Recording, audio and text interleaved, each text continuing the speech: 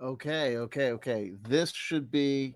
I am going to continue to make the shows that I want to make. Originally, I thought to myself, we had a wonderful show yesterday, continuing with my like kind of working with tarot cards in a very particular way. And today's show was originally going to be called "Meditating upon Sideshow Mel and the Ten of Coins." However, having generated a ton of notes, they're just 3 pages of notes, but they're just outlines. And I realized that to try and do two of these things, considering that yesterday's tarot card show specific was an hour and a half, I realized that we had to separate these out. The first thing was to say, okay, we'll make this part one to sing a song of Mel, and then I thought, I'm not going to overpromise. I may do another video tonight on the Ten of Coins. I may not. It really depends on how long this show goes. Before I begin, I will say this. Number one, I am totally serious. This is not me doing some sort of performative act. I'm going to act as though this particular quote unquote minor Simpsons character is, this, thing. Like a performance art of like, look, I'm making a big deal of saying ridiculous. No. I am totally sincere in my analysis. I did a similar video that was one of the videos that I'm most proud of on my channel ever, which of course, if I'm proud of something that I've done, no views. If I do something that I feel like is selling out and pandering to the smartest idiots that I know, really, you're smart enough to know that the grifters and the charlatans that I talk about are liars, and you gleefully watch as I tell you something that you already know. And then when I create true art, the scenesters are ambivalent. Fuck them. You know what I mean? I did a similar episode that I was very proud of, very proud of, and I took very seriously, and I believe in very seriously, which was an in-depth analysis of an episode of All in the Family, the episode where Archie Bunker takes his grandson Joey to be baptized, and his journey against long shot odds to have this done, and culminating him actually doing it himself. Look to that video. It was one of the best videos I've ever fucking done, and I think that this one's going to be a good one too. Let me do this. Let me side.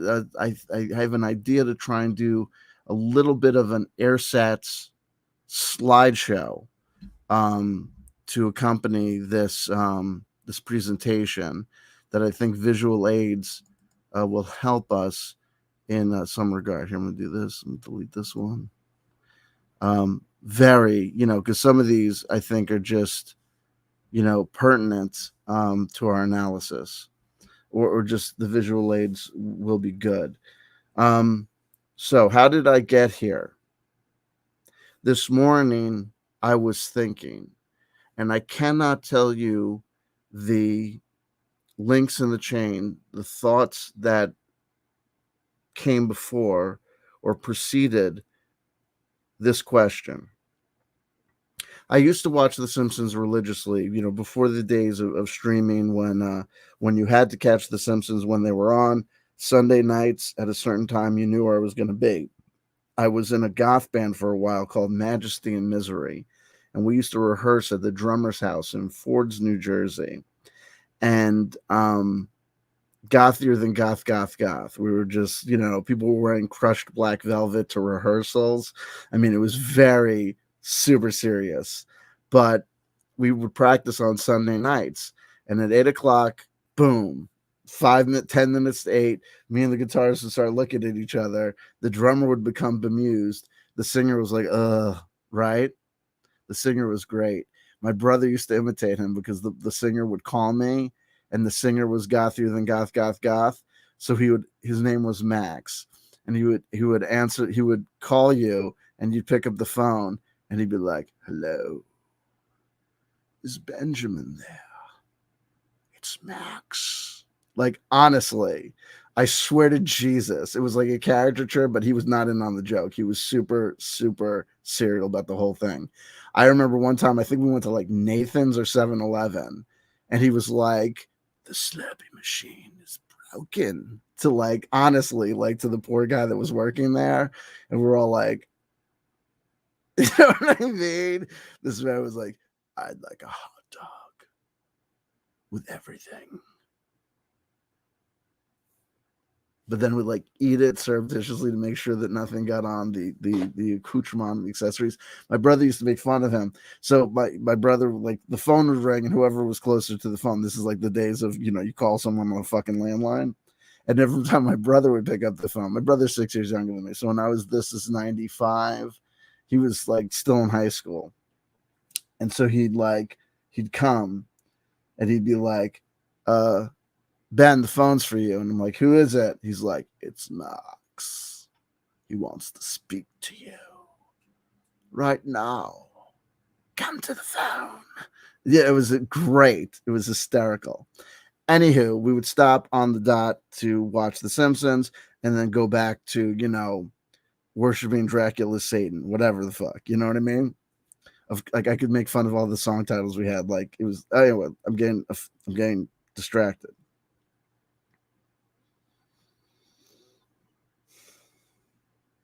And then all through college, it took me 8 years to get my undergraduate degree. And I followed The Simpsons and watched The Simpsons religiously, though I did note the decline. And then it culminated in 2012. I realized that I had about like maybe 2 years of Simpson episodes. I'm exaggerating. 1 year of Simpsons episodes. I'm exaggerating. 6 months of 3 months of Simpsons episodes on TiVo, the DVR. And I had no desire to watch them. I remember the last one that I watched was this ridiculous episode where Marge becomes successful or something, and Homer, in order to impress her, tries to become a trophy wife, kind of, by getting ridiculous amounts of plastic surgery. And then, of course, it goes back to normal. And it was by the time that The Simpsons was like visual, gross gags and stuff, and it was just gone for me. The magic was gone. And now I follow the decline of The Simpsons, but zombie Simpsons, as they call it, but only through YouTube, digests and commentary videos. I haven't watched The Simpsons religiously, though I've watched episodes. I'm probably down to watching maybe 2-3 hours of Simpsons episodes in any given year. And that's because, the good ones I've seen so many times, they're like ingrained, they're like second nature. But it's been a while. And as time goes on, my memory holds on to things tightly. But sometimes, occasionally, I have problems with names. So this morning, it occurred. The Sideshow guy that replaced Sideshow Bob, what was his name? And as I'm entering inside, and then I must have gone to like the SH, and I was like, Mel. But I was like, oh, let me look it up. And I started looking at the wiki entry, and I was like, oh, this guy's a complex character. And then I came, and like I said, this episode is going to be meditating upon Sideshow Mel, which I just memory of looking at it briefly in the morning. I thought would be a throwaway, and then we would move on to the 10 of coins. But then I started reading, and today I'm going to be looking at the list of recurring The Simpsons minor characters Wikipedia entry, as well as the Melvin Van Horn Simpsons Wiki, which I'll be relying upon the most. Fair use, fair use, fair use. This is a transformative work. You will see the link to the Simpsons Wiki entry for Melvin Van Horn in the description box below. All honorariums and gratitude and credit to the contributors to that wiki. Again, a transformative work, fair use, commentary and editorial review, fair use. Also newsworthy, because I think people need to know about Melvin Van Horn. I am not fucking kidding. This guy is complexity in a bag.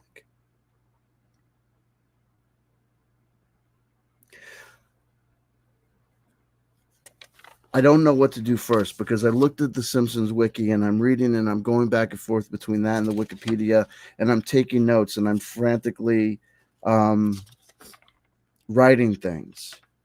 They're connected to the actual statements in the Simpsons Wiki, so I want to look at that. But then I also have these images that I want to show that I think are pertinent. I don't know what to do first. To read through the Wiki, which will tempt me to comment or give a forecast, and then go into the notes, which are deeper. This guy is all about the conflict between the primal masculine and the transformation of that archetype and that origin with a sophisticated man. And it's a complex dialogue that, at the same time that's going on, there's so much of a dialogue with Mel and his inability to reconcile with his, what his Jungian archetype, the anima for him, his feminine side.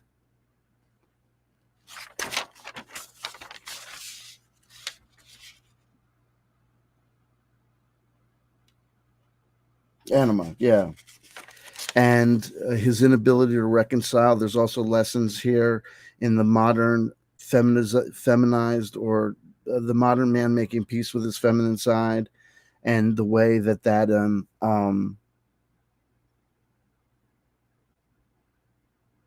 is a complex journey that Mel doesn't seem very comfortable with. We have interactions with the archetypal father, the cruel father. I swear to God, and dysfunctional relationships being born of that, alcoholism. I don't know. I think I'll go to the wiki first and interrupt with the thoughts as kind of a preface, or kind of a tease is not the right word, because this is not the purpose of this video is not to entertain you. Though it might very well be entertaining, because we're looking at comedic material here. But there's often truth in jest, and the truths in Sideshow Mel, I'm telling you, are fucking serious as all fucking get out. This man has become, just in the process of meditating upon him, looking at these things, at this moment in time, he's absolutely my favorite Simpsons character.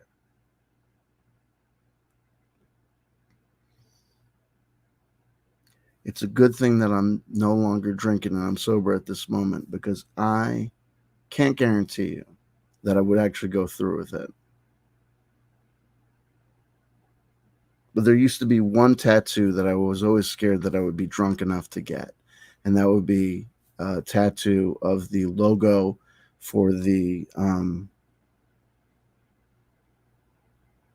Kevin Smith movie Mallrats.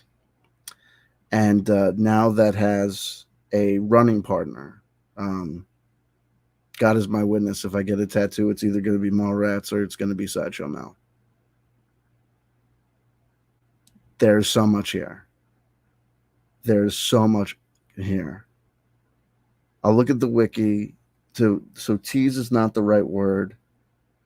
To outline or to preface is not the right word. To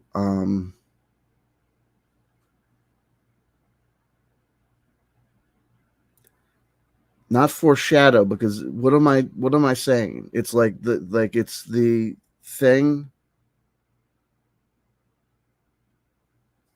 Like, what is it Here we go, Don Quixote. Don Quixote, and that's amazing because we're going to see Mel as Don Quixote. There's so much fucking here.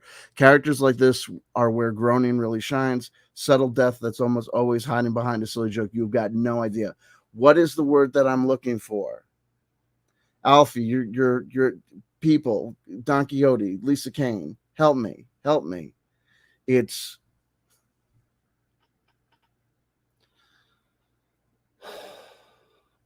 what's one of my like it's an introduction.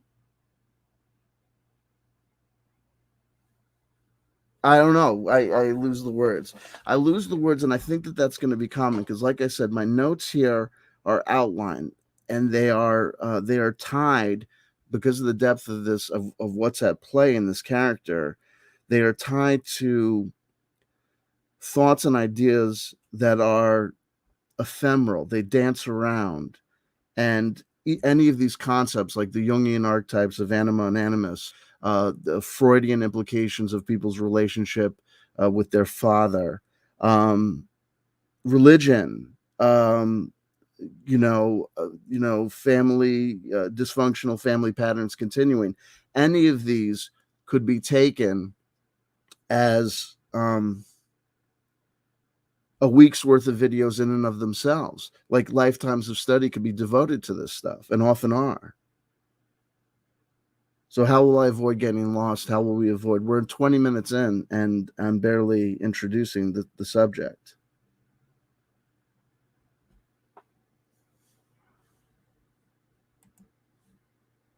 Oh my God, so much here.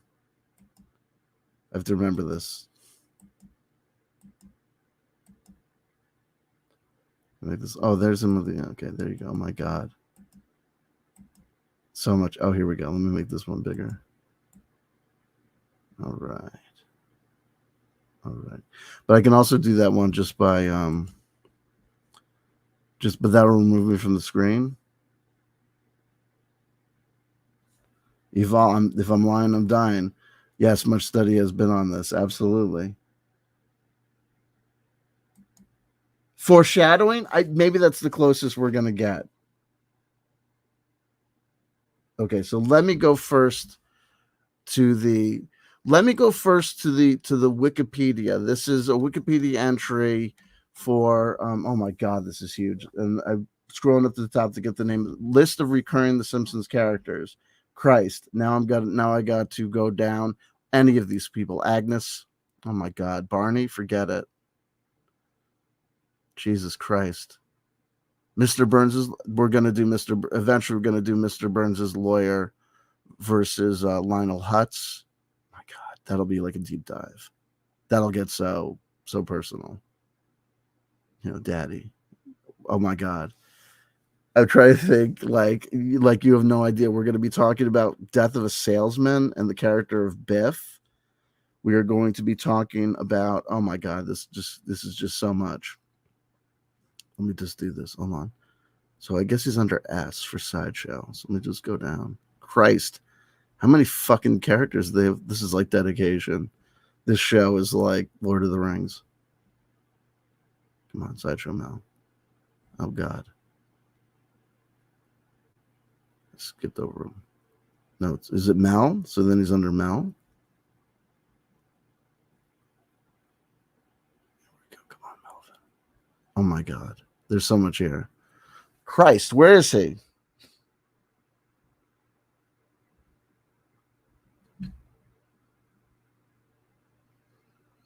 Am I misspelling Sideshow? What the fuck? Sideshow Mel, here we go. Sideshow Bob has a main article. Sideshow Mel does not, and that's fucking criminal. I hope that fucking gets changed after this, because we're looking at the Wikipedia entry and then the Simpsons Wiki. Some of this will be repetitive. I think it's better to be repetitive.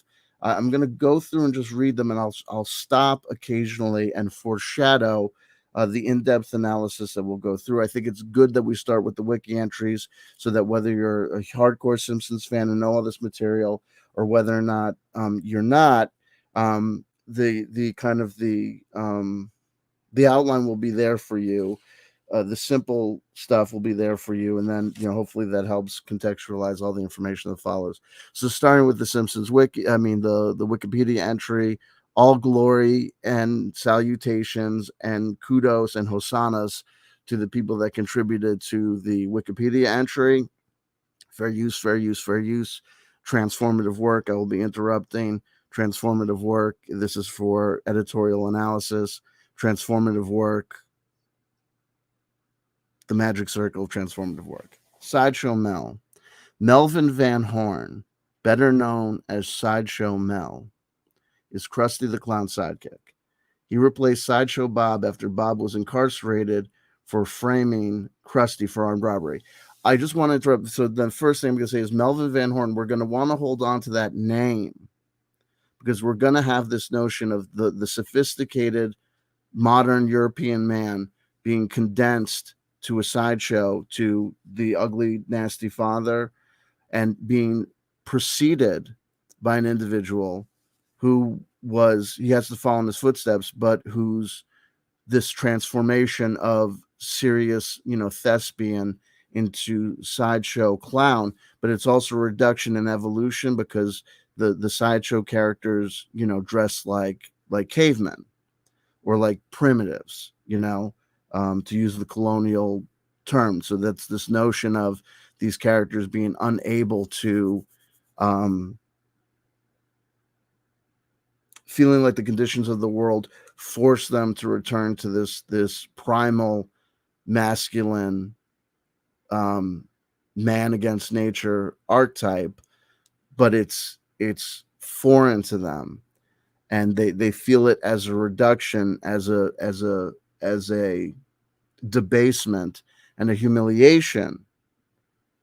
But at the same time, it is this primal masculine character that has caused their undoing in the first place. It is Sideshow Mel's jealousy of being relegated to beta that causes him to do this most, masculine of acts, using violence in order to better Krusty, overcome the evil father. But in doing that, then Sideshow Bob is able to open up the show, become the lead character for a while, where his sophisticated character is able to come out. His modern sense of self is able to come out. But then, having been busted for this primal crime, he then becomes reduced to psychopathy, burning down the desire to kill Bart Simpson, which in and of itself, it's almost like to kill the wounded inner child. It's also the Bart as the archetypal kind of like alpha male. Anywho, I foreshadow too much. Mel's hiring was never explicitly shown in the series, and his full name was only revealed when he announced himself while trying to solve the mystery of who shot Mr. Burns. Again, the shooting of the archetypal chief, right? It's like, as goes the king, so goes the land. Mr. Burns in that arc, that story arc, is the father who takes all are at service to him, and he's willing to even blight out the son in order to continue people's dependence upon him, causing somebody to shoot him. The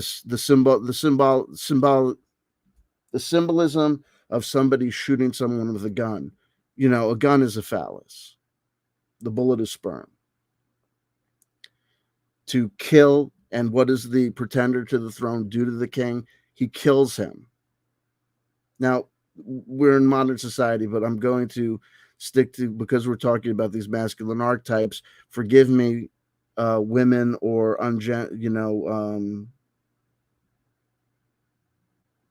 non-binary or other individuals. It is not to say in handling this material this way that I believe that the only leaders can possibly be masculine or male, or that leadership is an inherently masculine proposition.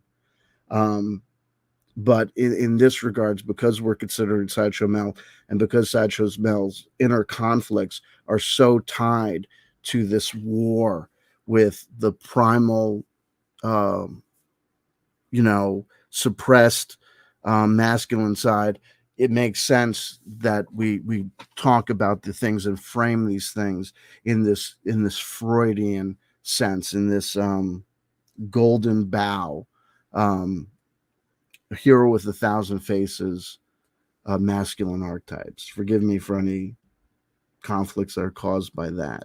So someone shoots Mr. Burns, someone kills the father, the pretender to the throne with his masculine power, kills the king, and he is then able to procreate and become the giver of seed to the pride, or however you know it or understand it, whatever metaphor you want to use.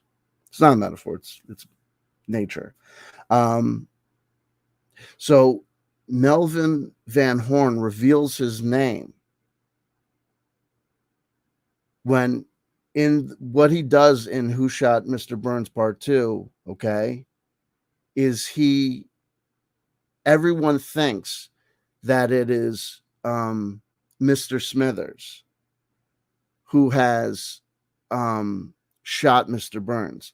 The evidence is so prevalent that even Waylon Smithers himself believes that he's guilty. Well, Waylon Smithers, homosexual archetype, right? One of the most powerful, clearly homosexual. You have to remember that when, Mr. Smithers was on The Simpsons, it still had to be on an unnamed quality about him, though it becomes one of his character traits that he seems to be unable, though he knows, and it makes so much sense because Mr. Smithers is in love with Mr. Burns, in love with him, an erotic love. So the notion that Mr. Smithers killed him, or that Mr. Smithers is so willing to take the blame, you can imagine that Mr. Smithers is so willing, Waylon is so willing to take the blame because it represents the culmination of his ultimate desire to have shot, to be involved in that energy exchange with the father, Mr. Burns. We later learn about Waylon Smithers that he was basically raised by Mr. Burns. Mr. Burns is literally his father figure because his own father died while trying to be of service to Mr. Burns. And then we see that Mr. Burns is the notion of people, having to compete, males having to compete in this power game under the cruel tutelage of the emperor. You know what I mean? Like the Darth Vader thing, becomes like full into focus with Waylon. I'm going to get confused with Waylon Smithers. We're going to have to do a different show on Waylon Smithers. That's a fucking deep dive in and of itself.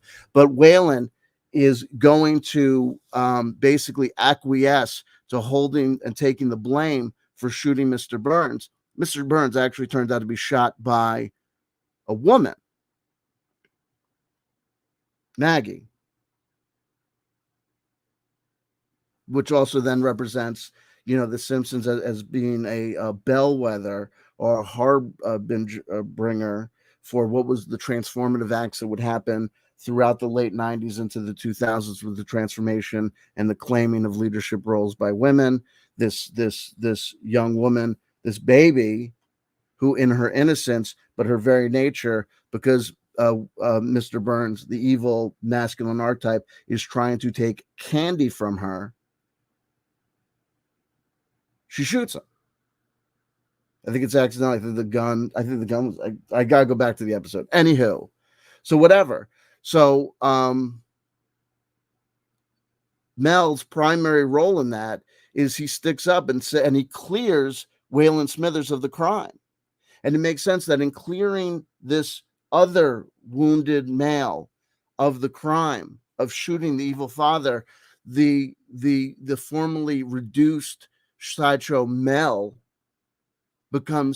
flows out and is seen as his true self, Melvin Van Horn, a name that bespeaks class and elegance and sophistication and the European education, as opposed to, the gruff, dark ages.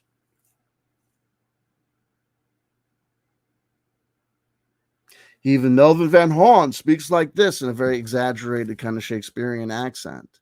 So he comes out and he's revealed as this more complex character, and he clears Waylon, but in clearing Waylon, he also robs Waylon. And that's going to be another interesting aspect of this story that I want to preface, is that we're going to see the character of Sideshow Mel, not only his inner conflict with what is better, what is superior, the primal male, is that the alpha archetype, or is it the sophisticated male who gets in touch with his feminine side? Is that the true hero? And knowing and understanding that they're both a complex dancing around each other, you're going to see that one of the things that Sideshow Mel inadvertently does to young men who are really like him is that he ends up hurting them.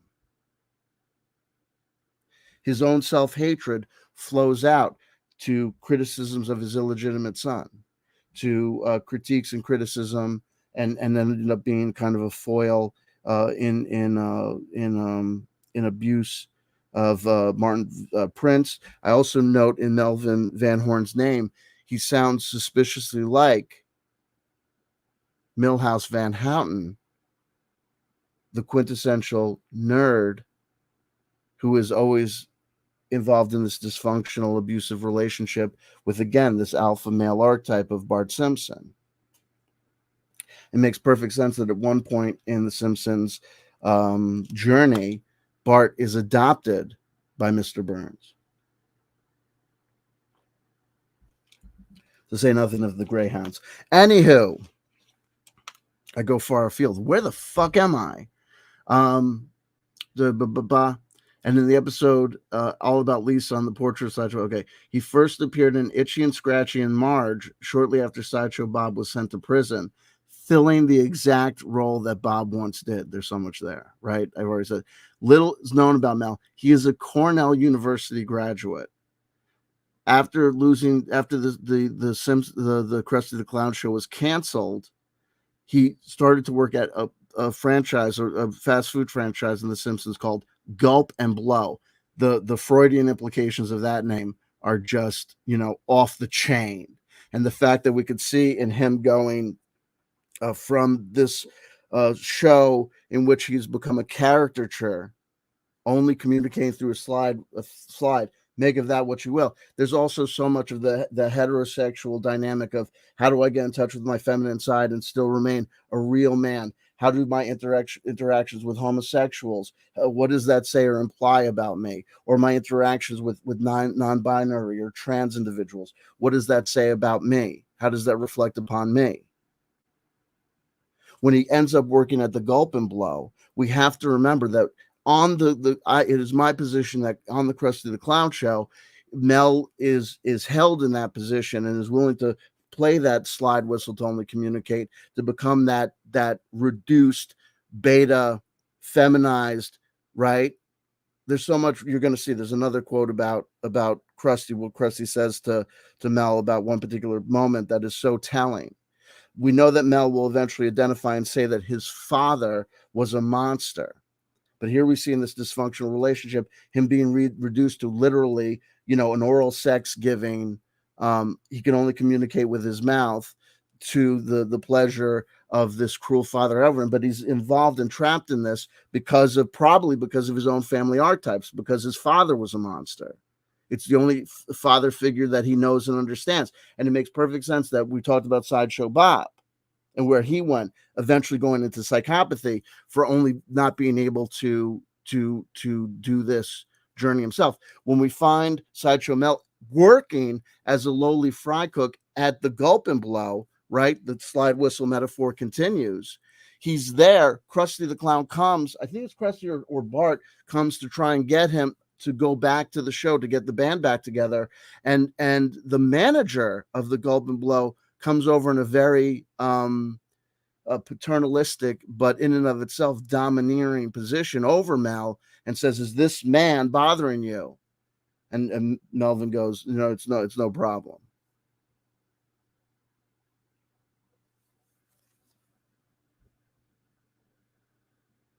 So he goes further down the spiral, right? Bob reacted in his inability to digest and mediate this relationship with Krusty, ends up driving him to psychopathy.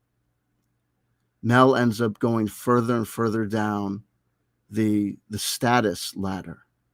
And we're going to see when we get to the analysis of his character and him as an actor and his fame as playing Biff in Death of a Salesman, we're going to see so much about that. In the episode all about Lisa, he's revealed to be the winner of the prestigious Springfield Entertainer of the Year award. The intoxication of applause made him reduce himself to ridiculous behavior for laughter. He won that award for playing Biff in Death of a Salesman, itself an archetype for the inability to mediate the expectations of the father and failure, which he compared. He reduced himself to ridiculous behavior for laughter, which he compared to doing heroin and checking email. The checking email, ha ha ha. It's the laughter was so addictive. What got him down this place? Something that he found as appealing. The approval of the crowd was as appealing to him and as addictive to him. He likens it to heroin. We're going to see that it is likely. We know that Mel is an alcoholic. He's been seen at Alcoholics Anonymous meetings several times. We know at one point he was an atheist, but then found religion, which we could see in the religious undertones and underpinnings of the Judeo-Christian underpinnings of Alcoholics Anonymous. We do know that Mel, on at least one occasion, has relapsed. Well, actually, we don't know if at this point I haven't reviewed the things enough. I'm going to watch every episode with Mel. There's just no fucking way I'm not doing it. But I'm not sure whether or not the Wowie sauce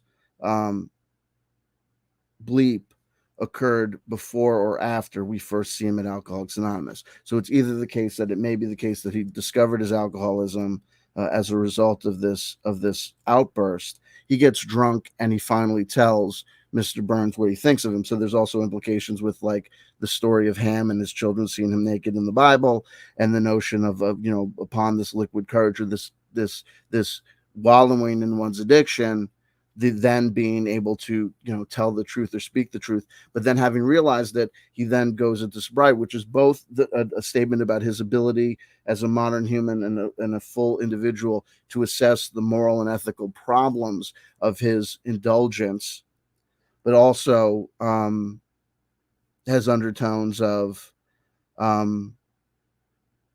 depending on your view on these things, about self-flagellation or abuse. And it seems that he may not be comfortable about that journey as well, though his journey continues.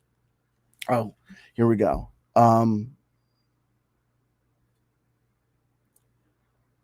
He's also uses a slide whistle to communicate, just like Bob. When not in character, Mel speaks in a grandiose English received pronunciation, so that we see the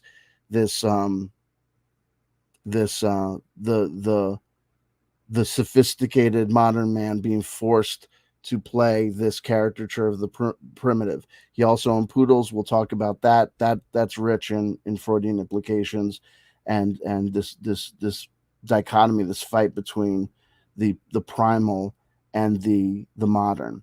When Springfield inhabitants form an angry mob, Mel often takes a leading role. But remember his interaction with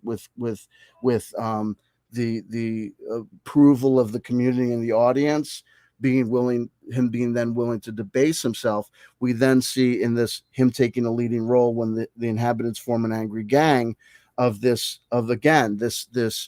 desire to please, even if it brings him to this state of violence, which it's certainly implied that he abhors. Mel wears a bone in his hair that has been used as a weapon. The Freudian implications of the bone in his hair, we are going to be talking about for like 5 fucking hours. It has been used as a weapon, and then it also has Don Quixote implications. In 22 short films about Springfield, Mel reveals that he got the bone stuck in his hair by trying to dig gum out with it. That's not true. He says that it's affixed there permanently. He feels as though it's affixed there permanently at one point, but we see that he can take it out often with inconsistent results. Also, the problem with The Simpsons is that they're very inconsistent over the years. So there's going to be a lot of this, what happened when. but as I read this now, they just said that Mel wears his bone has been used as a weapon. The fact that it can be removed with different results indicates that he may say that there was something in childhood, but then also when he says that Lisa has gum in her hair, and this particular segment is all the different things that they try to do to get the community to get the gum out of her hair. Mel then says, whatever you do, don't stick a bone in it to try and dig it out. That's what I did, and I got that stuck there permanently. There was a childhood trauma that resulted in Mel having this fixation, right? The bone is on his head, thinking with the little head, thinking with the big head. The bone, that primal instinct, is in his brain, and it's fixated there, and he can't come to terms with it. He can't like bring it down into his system. He's simultaneously denied of it, but because of the actions of, we assume, his father, because his father was a monster, that probably there's probably a lot of be a real man going on in his past. The bone is stuck there because of this childhood trauma. I got gum stuck in my hair, and the bone got stuck in there. There's so much fucking here. It was revealed that Mel was in a bitter custody battle and that he has a son who looks just like him except without a bone in his hair. We'll see that there's an image that unfortunately I wasn't able to bring up because I wasn't able to find a large enough version of it. But it's again, the inconsistencies are incredible, because at one point he's got an illegitimate son who does have a bone in his hair, repeating family dysfunction. Another point, we see an image of him walking with a young man, child dressed exactly like him, but that does not have a bone in his hair. You can see the two conflicts there. The inconsistency breeds this wonderful thing that you can read into. Life is, how could you ever be bored with life? There's so much everywhere you look. You know what I mean? Christ, you know what I mean? And I'm with Cupid. He reveals he has a wife named Barbara who appears in Realty Bites, where they are bowling in a house that Marge tries to sell them. He originally says, "Oh, it's got a bowling alley. It's fantastic." Then his wife reminds him that he doesn't like to bowl. And he goes, "Oh, yeah, that's right. The ball, the egg knocks down the pins. You don't even like that." She is revealed to be giving birth in the episode All About Lisa, suggesting that Mel has at least 2 children. She looks like a European woman and has light hair. It has been suggested that Mel is very wealthy, able to afford betting thousands of dollars on football regularly, but he's not a sports aficionado. But who is a sports aficionado and often blows money on bets? Krusty the fucking Clown. Biff, in Death of a Salesman, steals money in order to fool his father into thinking that he's a success, willing to debase himself and break his own morality and ethics in order to please this father who cannot be pleased and doesn't deserve to be pleased. Okay, but when we get to this is just the first Wikipedia entry. When we get to the Simpsons Wiki, it gets complicated because the lack of consistency breeds yet another insane Freudian deathbed. I gotta check the channel, not because I care about views, but I just want to make sure that I haven't that we're still broadcasting.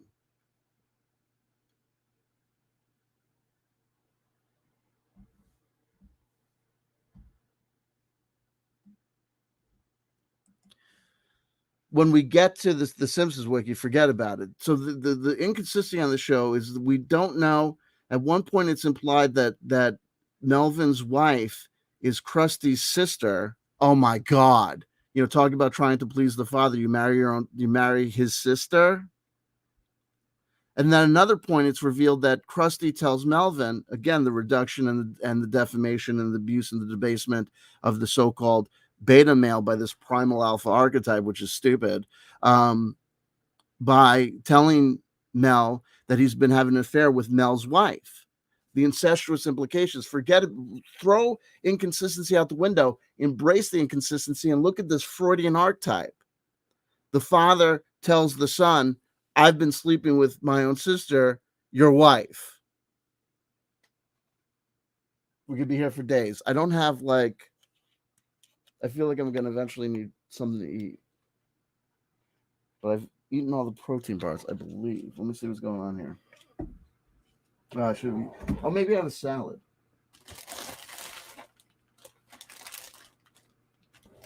Bear with me. Hold on. Talk amongst yourselves.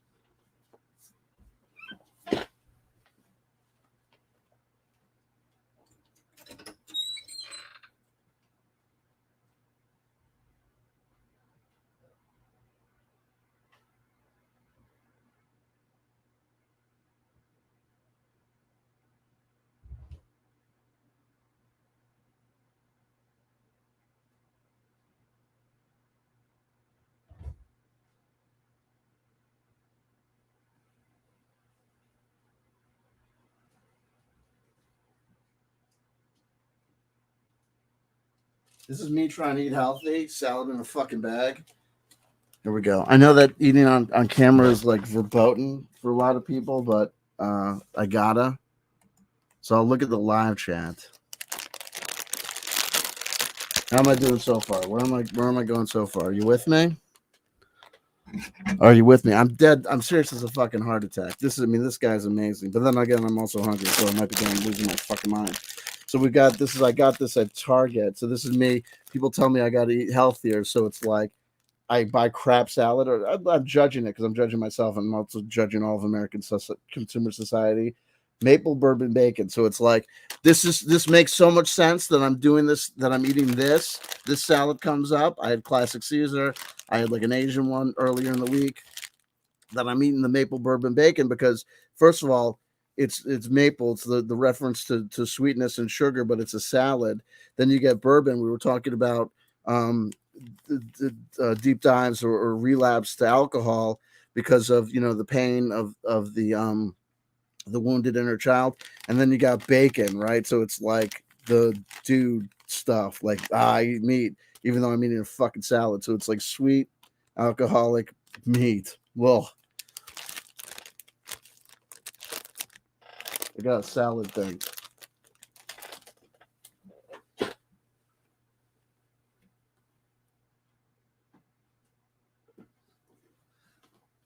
The other day, I made this crucial mistake because I had two salads in one day, right in back of each other. It's like an overate salad, and then I got very very sick. And then my wife, typical her, glorious woman, she tells me after the fact, she goes, "Well, because she was part of the reason she's kept telling me, you gotta eat more salads. You won't be here when the kids, get older." And I was like, okay. And then she tells me after the fact, and my throat, I'm having an allergic I feel as though I'm having, so I felt like I was having an allergic reaction. And now all of a sudden I feel like I'm having it again. So I don't know if it's like my body's reacting to the notion of like, don't eat this, or if it's like a realistic fear, or if it's like, my body literally telling me. Who knows? So step one is like the salad comes out. Then I have to open up this other package that contains both the salad dressing and the pro offered stuff. I think what do we got here in this thing? Romaine lettuce, shredded broccoli stalk. All right, put one in there. Red and savory cabbage, whatever the fuck that is. Green onion, like that. Carrot, okay. Uncured bacon and golden honey almonds. That's this. There's the golden honey almonds. There's the bacon. So what I do is, as I unpack this, I put the plastic back in the bigger package.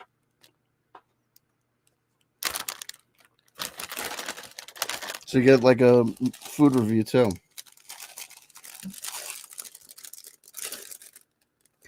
The I guarantee you that the bourbon sauce does not contain any alcohol. But I wonder if they put like a warning on it, like does not contain alcohol. That'd be great.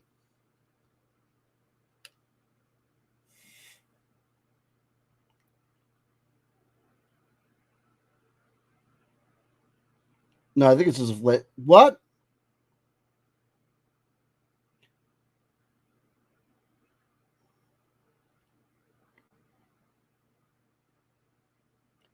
Salted bourbon whiskey, bourbon salt, contains less than 2% of salt. I'm good. I'm not gonna start a day count over fucking salad dressing. But thank God you asked me. But there's no way because they didn't. They would. They how could they sell it without to people under 21? Target is not serving alcoholic salad. Jesus Christ, Ben. I love you, Galactic Dude, man. It's only because I respect you as a dude.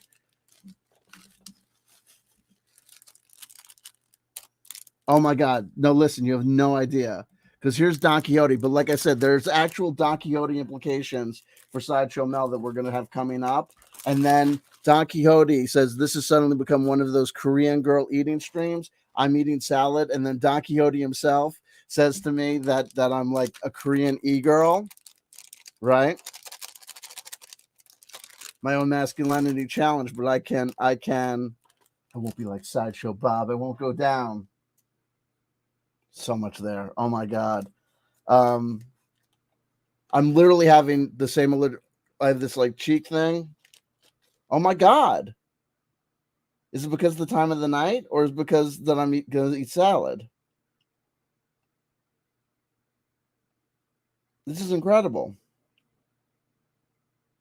It's got to be psychological. There's no way. I haven't eaten it yet. Was it this? I started to feel this way when it just smelled. When before it even opened up, and therefore I could have smelled it. So that's so amazing. The brain body connection. And my throat is starting to get sore. This is incredible. Let's see. If I poison myself and die, call 911.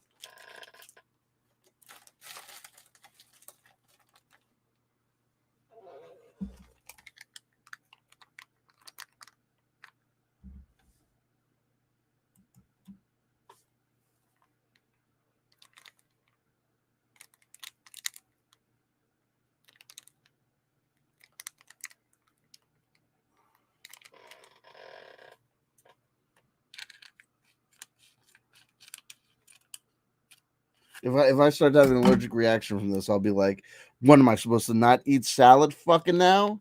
I mean, not eat salad fucking now. Like now is not an appropriate time to eat salad because you're making a video that's already threatening to be 9 hours long. But rather like I'm supposed to be eating healthier. And if I'm supposed to be eating healthier and then you take fucking salad off the fucking thing, off the menu, then I'm fucked, right? It's incredible.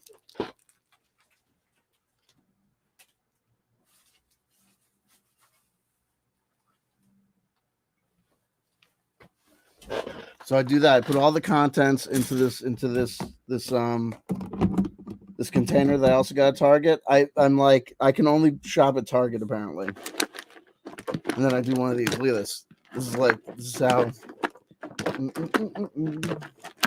make sure everything's intermixed. And this will be great. Then I'm gonna eat fucking salad on the stream. That won't be disgusting at all. Where are my notes? Just give me like 2 seconds to like eat something.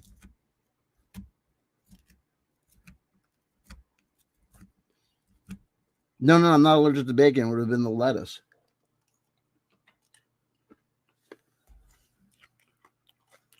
And you guys going crazy? But the toss of salad is so like pertinent.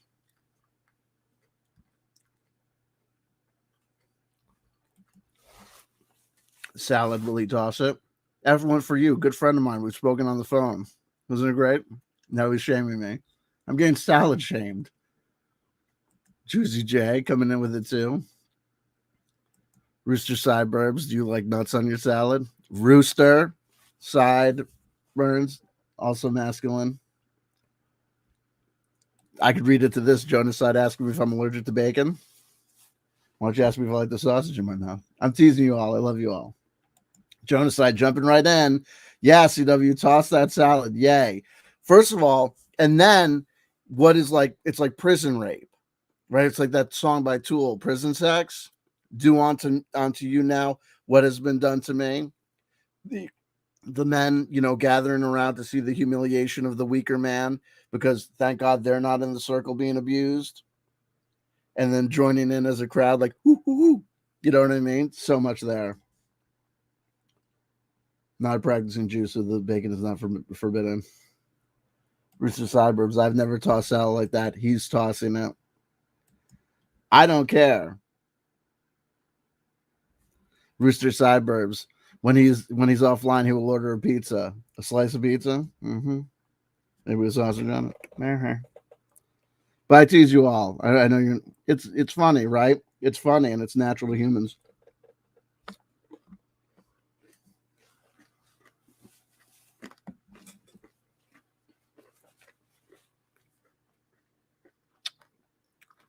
One or two more bites, and then I'll be able to continue and or die from salad. If I'm allergic to lettuce, I'll shit twice and die. Like, my God.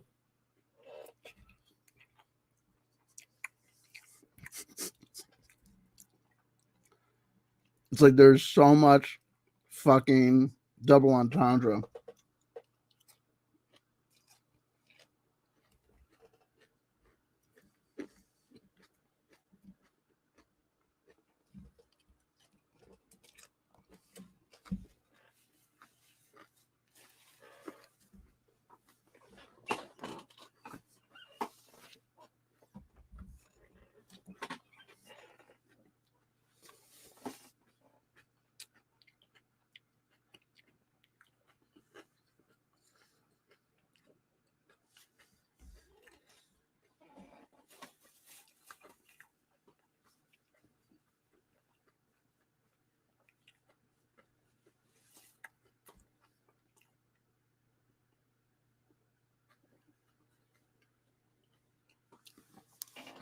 So Evil, God bless him or her, is a troll.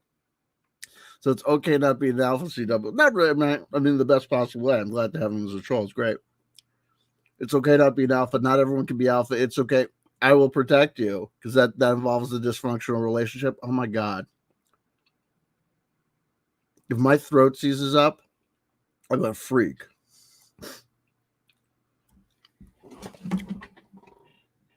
It's like I need.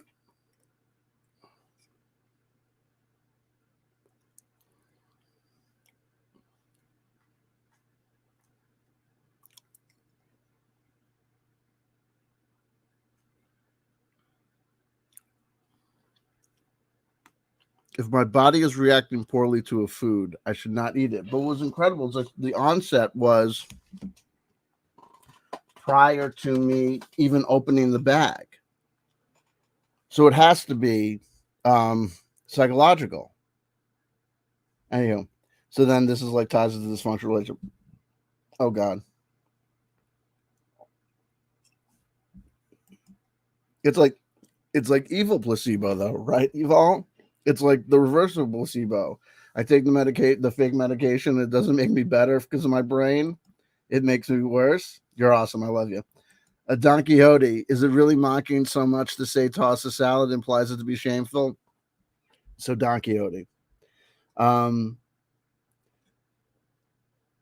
toss the salad was first came to prominence because there was an HBO documentary series about life in prison. And one of the things that was talked about was the verboten, uh, unspoken secret about men in prison, and that was about sexual abuse and rape of men. And there was one prisoner, I believe he was a self-identified homosexual, who said that he preferred, rather than demeaning another man by having that man perform oral sex on him, that he preferred analingus, to have the weaker man or the abused man eat his ass. And he identified this act as with a slang term, toss the salad. That eating another man's ass or eating ass in general was referred to like kind of in an Urban Dictionary sense of tossing the salad. And what's incredible is that this man actually went so far because he identified it, whether literally or whether actually knowingly the notion that the purpose of prison sex is not really about sexual satisfaction. It's about, hierarchical dominance. Because he literally said, stop saying literally, Ben. He says, if you make another man perform oral sex on you, that man can pretend that it's something else, a hot dog, or that he's licking an ice cream cone. He says, but if the man is eating your ass, tossing the salad, he can't pretend it's anything else. Wow. All this from fucking Melvin Van Horn. And there's someone out there, there's a Simpsons aficionado who's like, all right, Melvin Van Horn, cool.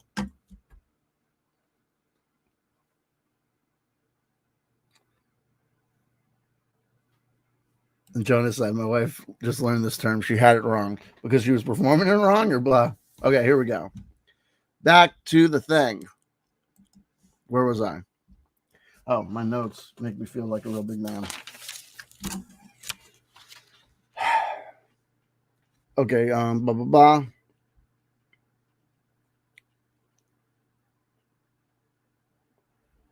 Okay. Sideshow Mel is off the subject to abuse by Krusty, just as Sideshow Bob was before him. Such occurrences include Krusty's slide, where he, Sideshow Mel, is forced to nosedive via this kind of the show called on America called used to be on Nickelodeon called Double Dare, where you have to go through this wacky obstacle course. So Sideshow Mel is forced in doing this obstacle course to dive headfirst into a mixture of pudding, pickle brine, laundry detergent, rancid béarnaise sauce, and a tub of refried beans. In another unseen one, Krusty gets canceled, where he states that Krusty once poured liquid nitrogen down his pants and cracked his buttocks with a hammer. We were just talking about prison sex. In the episode Day of the Jackanapes, it is shown that Krusty can remember Sideshow Bob's, but not Sideshow Mel.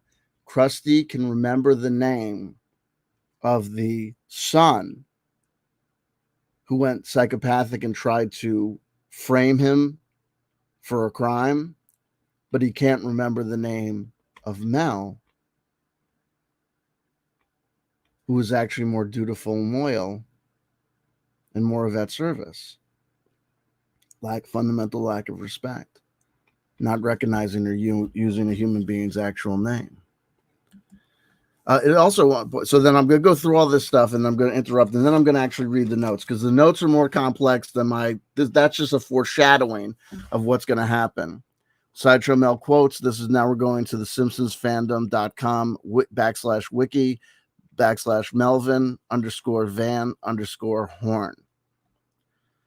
We start off with some quotes. They say any publicity is good publicity. Remember, we talked about his love affair, the heroin-like love affair with the approval of the crowd. I am Melvin Van Horn, and this is my associate, Herschel Christofsky.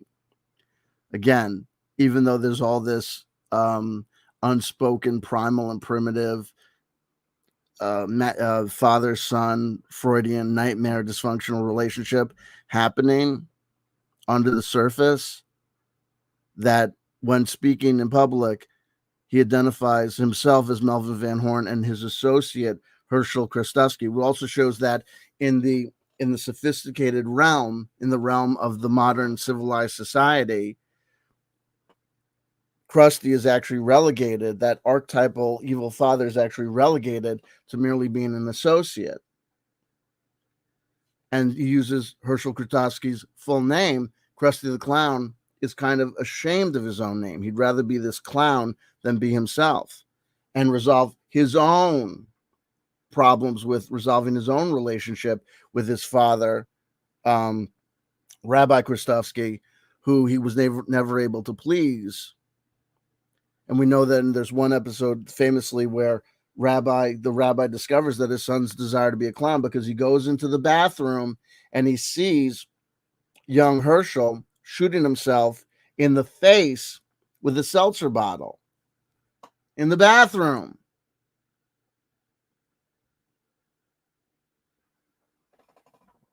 A clown wears makeup, who gets shot in the face with a seltzer bottle, who takes in a large amount of liquid to the face in the bathroom. Father walking in, discovering the secret shame. While drunk, Melvin once said to Krusty on air, "Everyone's always kissing your ass. Well, I'm not afraid to tell you you're a bleep." Melvin Van Horn, Sideshow Mel, is the first Simpson character in history to have been bleeped on an episode where it's clearly implied that he says an expletive. And again, it's why he's drunk. His animal side comes out, but it's the animal side, it's the reduction to that primal nature that's able to him actually to stand up and say, in distinction to the people that are kissing Krusty's ass, kissing the ring, tossing the salad, he's able to stand up and he speaks. He doesn't use the slide whistle. He takes it out of his mouth in order to say, everyone else is kissing your ass, but I'm not scared to tell you that you're and he identifies him as a word that is so bad, it's bleeped. Biography. Let me see. I want to also go to the slideshow thing because there might be things here. Oh, here we go.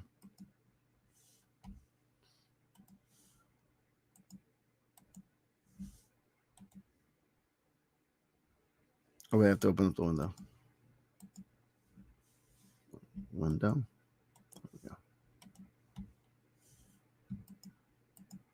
This is him telling off Krusty the Clown.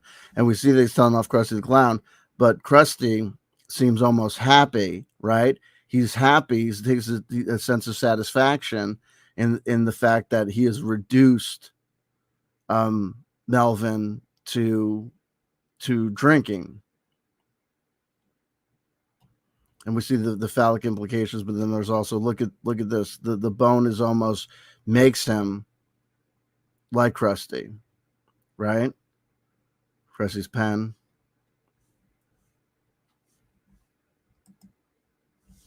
Let me go through these pictures for myself, just so I can remember what's here. Oh God, there's so much here.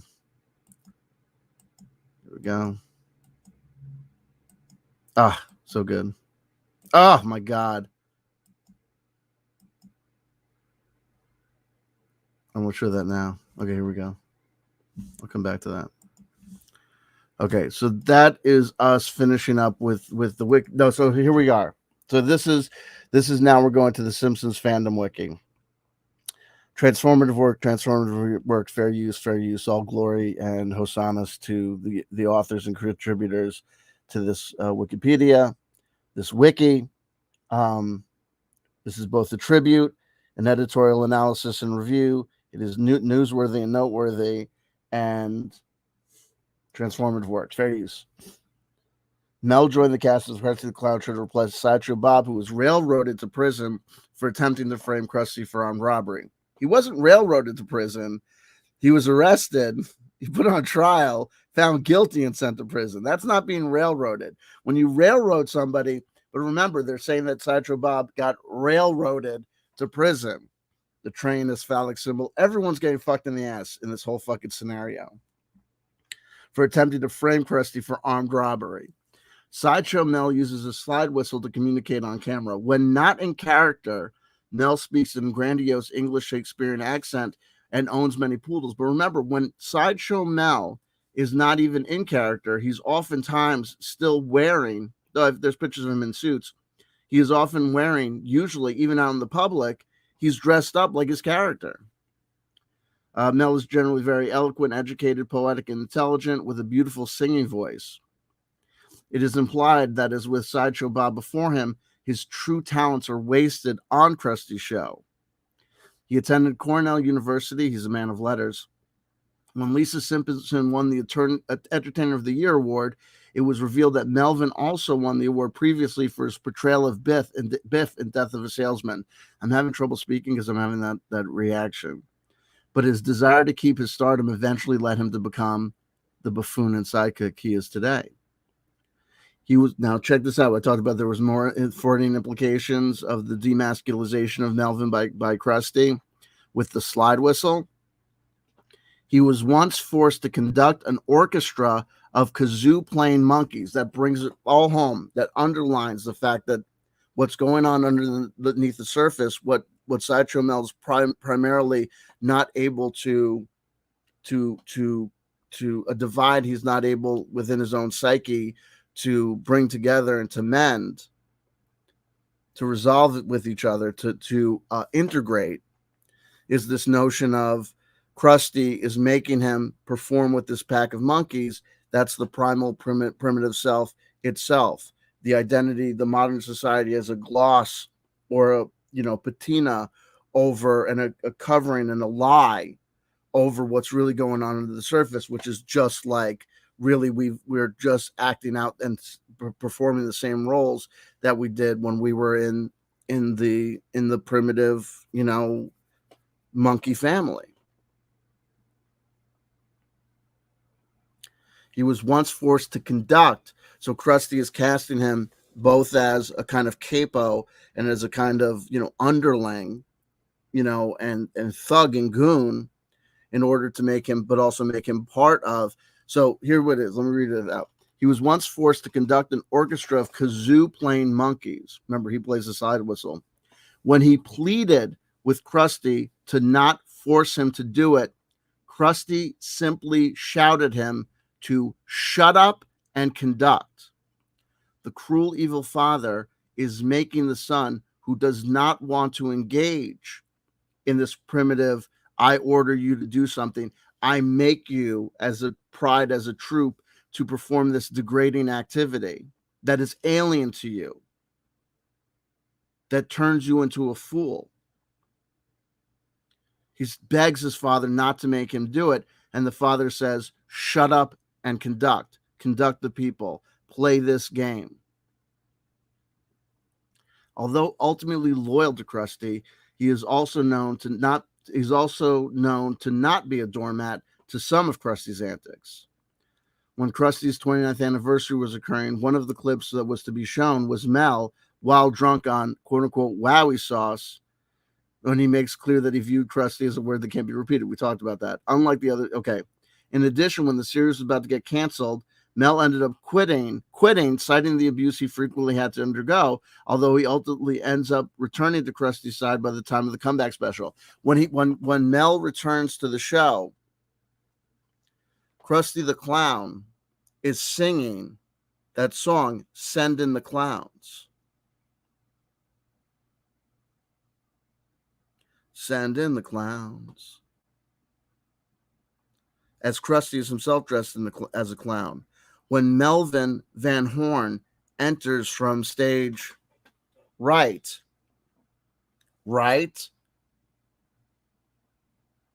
coming from the moral and ethical stance that he took, I'm willing to work at the gulp and blow. I'm willing to degrade and demean myself, though I previously identified this as a degradation and demoralization. He's willing to go down the ladder in order to finally escape the cruel, evil father,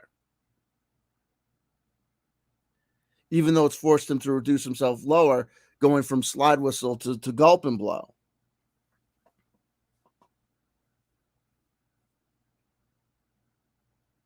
He comes from that right space back into Krusty's life, demeaning himself and going from right to left, from right to wrong.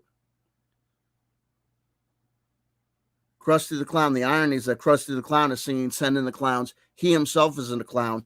When Melvin comes back to him, Krusty is singing the song in a depressed and dour mood. His hair literally reflects his mood and is drooping down. You sing Send in the Clowns. There's a line in that song that says, they're already here.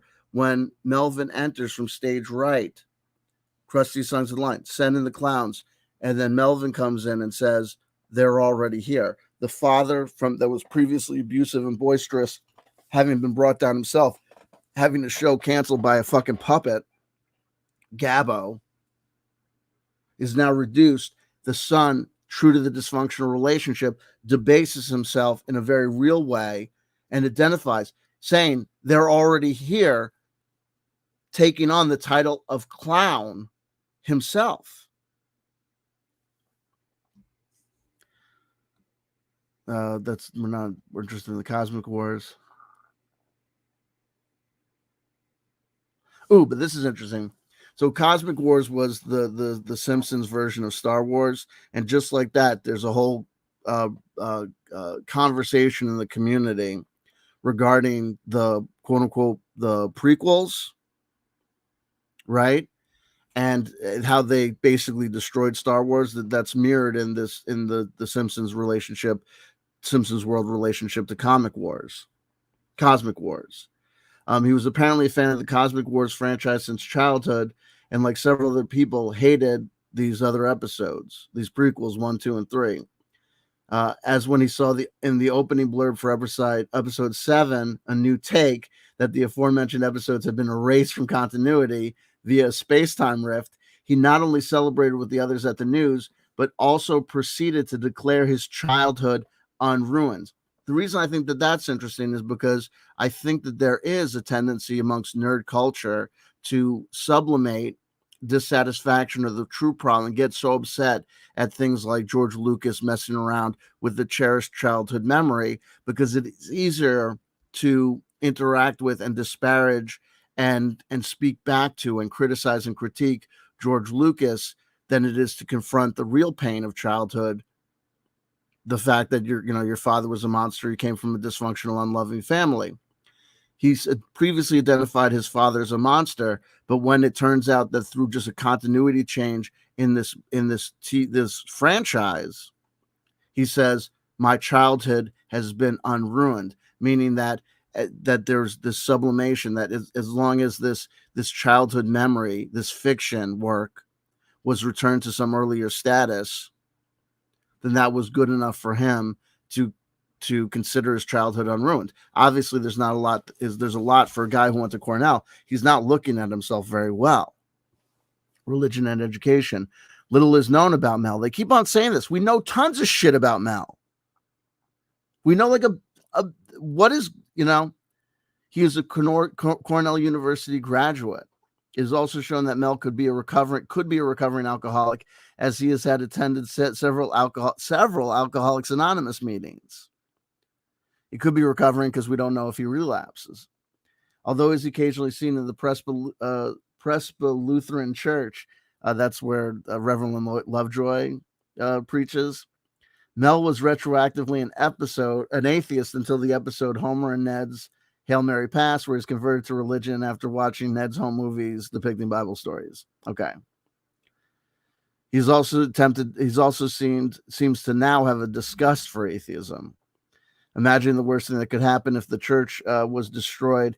He imagined it turning into an atheist strip club and reacts with horror and disgust at the idea. But then again, this is like his retreat into this patriarchal archetype of Christianity, and the fear that if that gets destroyed, if his newfound faith gets destroyed, this faith in the masculine archetype, right, gets destroyed, then it will be replaced with what he most fears and what he thinks what is kind of underneath the church, which is a loss of faith, atheism, and a strip club. The need to confront this, him as a man, right?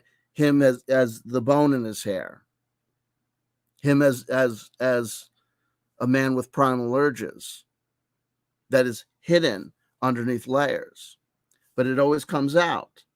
The debasement of the sophisticate who can't have integration with his primal masculine instincts is to be reduced to a buffoon who is forced to be a caricature of the archetypical primitive, right? The savage. So layers upon layers upon layers. And also the notion that the truth always comes out, that despite his attempt to recreate himself as this sophisticate, he ends up being reduced to being the clown because of his need for approval. Okay. Hair.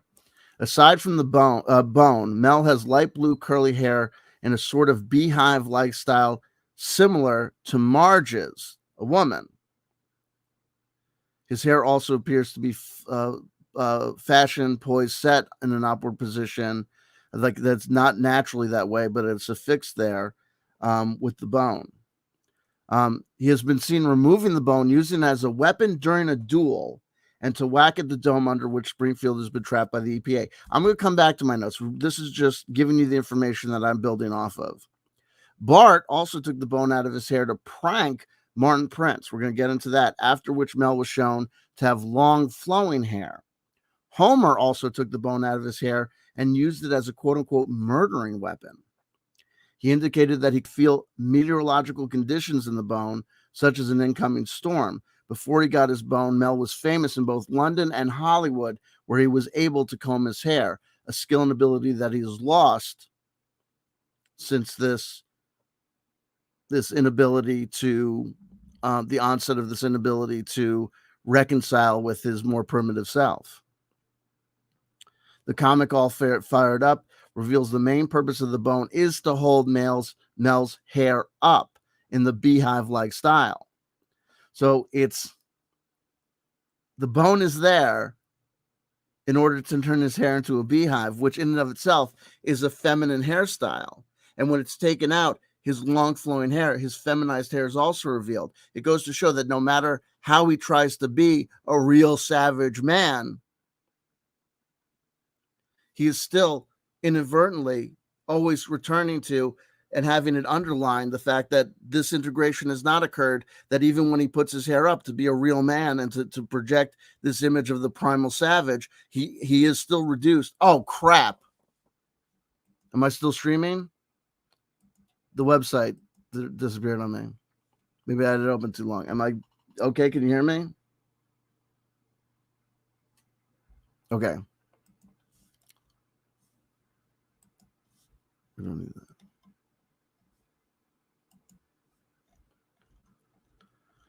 Where was I? Okay.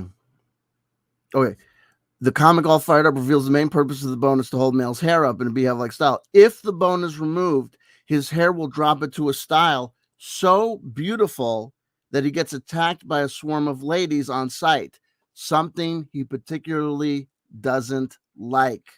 He's lactose intolerant.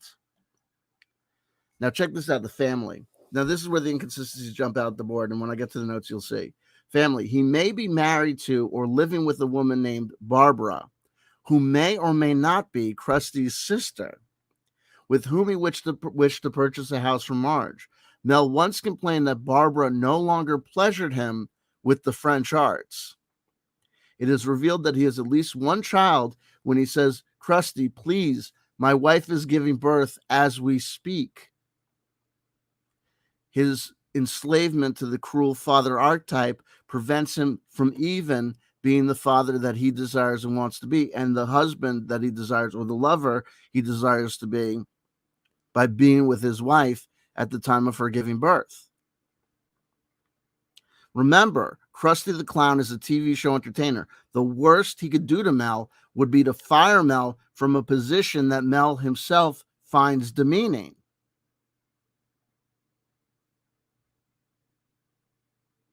Yet Mel remains enslaved. He has also been seen with a son, Warren, a daughter, Becca, and several unnamed children. Mel also has a deceased father whose funeral he attended shortly before performing at an ice rink with Krusty. He once said his father was a monster. Mel may be divorced from Barbara or another wife or girlfriend. The papers say he's having a contentious custody battle with the mother of at least one of his children. Now, remember, we don't know if Barbara may or may not be Krusty's sister. Check this out.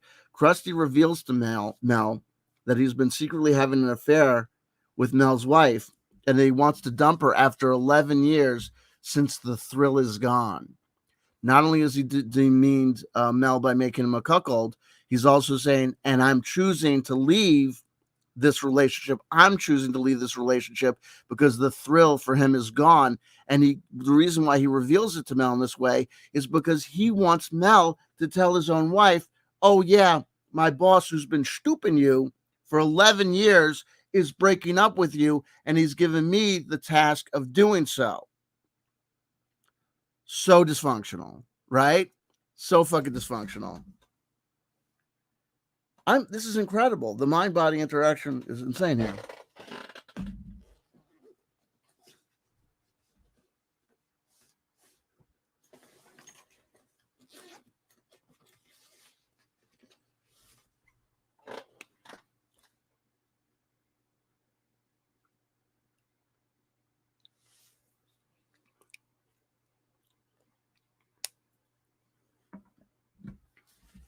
In a comic, it is revealed that he was a racer and got 15 trophies, and maybe he earned even more. Man in a sports car, right? Compensating for what? But in that desire to compensate, he became a champion. Behind the Laughter, in the episode Behind the Laughter, which was the Simpsons kind of send up of the Behind the Music show on VH1, it is implied that he could have been married to Marge. He has his own comic story of how he became a sideshow, where his parents and house are present. Trivia: he is the first character to get bleeped on the show due to swearing. He is lactose intolerant, as shown in Bart Gets Famous, when he throws up after accidentally not realizing there was cheese on his sandwich. And then he basically reduces Bart, like it's a cycle of violence. What Krusty has done onto him, he does onto Bart, because he takes the sandwich, says he didn't realize cheese was on the sandwich. He goes, "Do you know how sick I'm going to be?" And then he makes Bart accompany him to the restroom, because he, quote unquote, wants to keep on yelling at Bart even when he's, shitting himself, because of his inability to digest dairy. Think of that what you will. Okay. We also have this. So I'm going to go through some images with you, and then I will go to my notes. Remember, we haven't gotten to my notes yet. Okay, here we'll get to this, because we've been talking so much about the forced feminization of Mel and the degradation, the act of making a man debased by another man, as being, primarily about like the kind of pornographic reduction of the female or destruction of the woman. So here we go. We got this.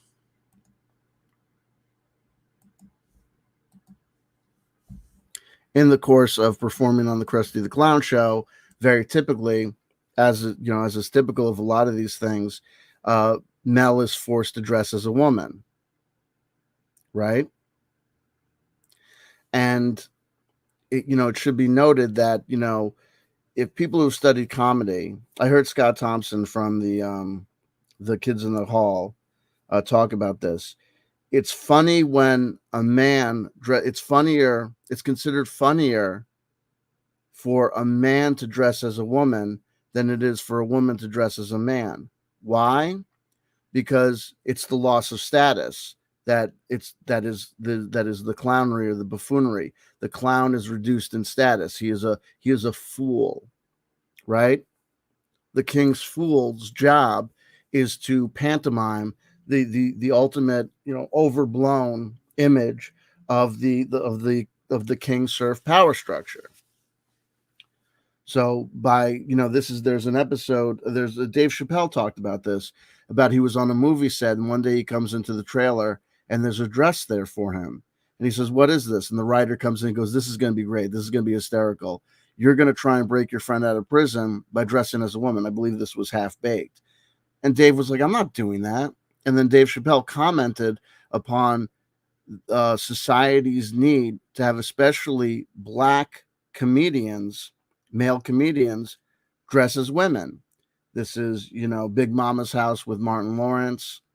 Martin Lawrence dressing up as Shanae on the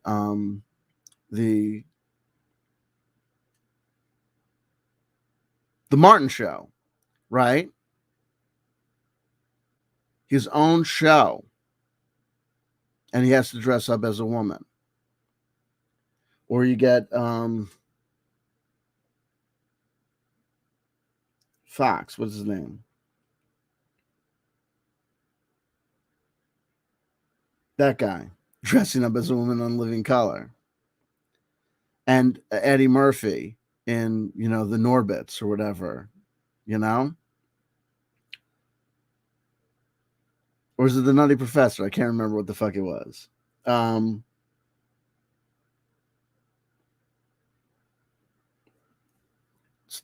there you go. There's that. Jamie Foxx, thank you, Brando. Medea, right? Wesley Snipes, all of the men in Tu Wong Fu, thanks for everything, Julie Newmar, right? All the men, the white male, the Hispanic male, and the black male, all go on drag. But then, that's, and then you want to point the finger at drag. And then you say, what does it say about society that somebody in charge or someone says that to put on a dress is demeaning? And couldn't Dave Chappelle say, you know what? Martin chose to wear a dress because it's Milton Berle dressed up as a woman, right? Is Dave Chappelle correct when he says that this is demeaning? Is it to dress up as a woman? In the Shakespearean actors played the female parts. Make of that what you will. I have no idea. It's complex, and I've already touched the beehive, no pun intended. Anywho, so now onto my notes. So by way of reviewing that material, it is hoped that, did I get through all this? It is hoped that you will remember, or that we have enough of an outline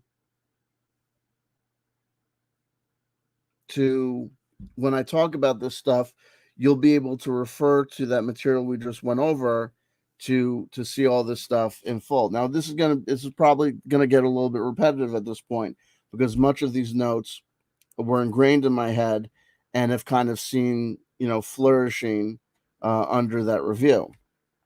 Part 1, To Sing a Song of Mel. It's just standalone now at this point. Sideshow Mel. I shall rely upon internet resources to flesh out the coverage of Melvin Van Horn. You see me just do that. I'm going to highlight first. I want to highlight the discrepancies regarding the identity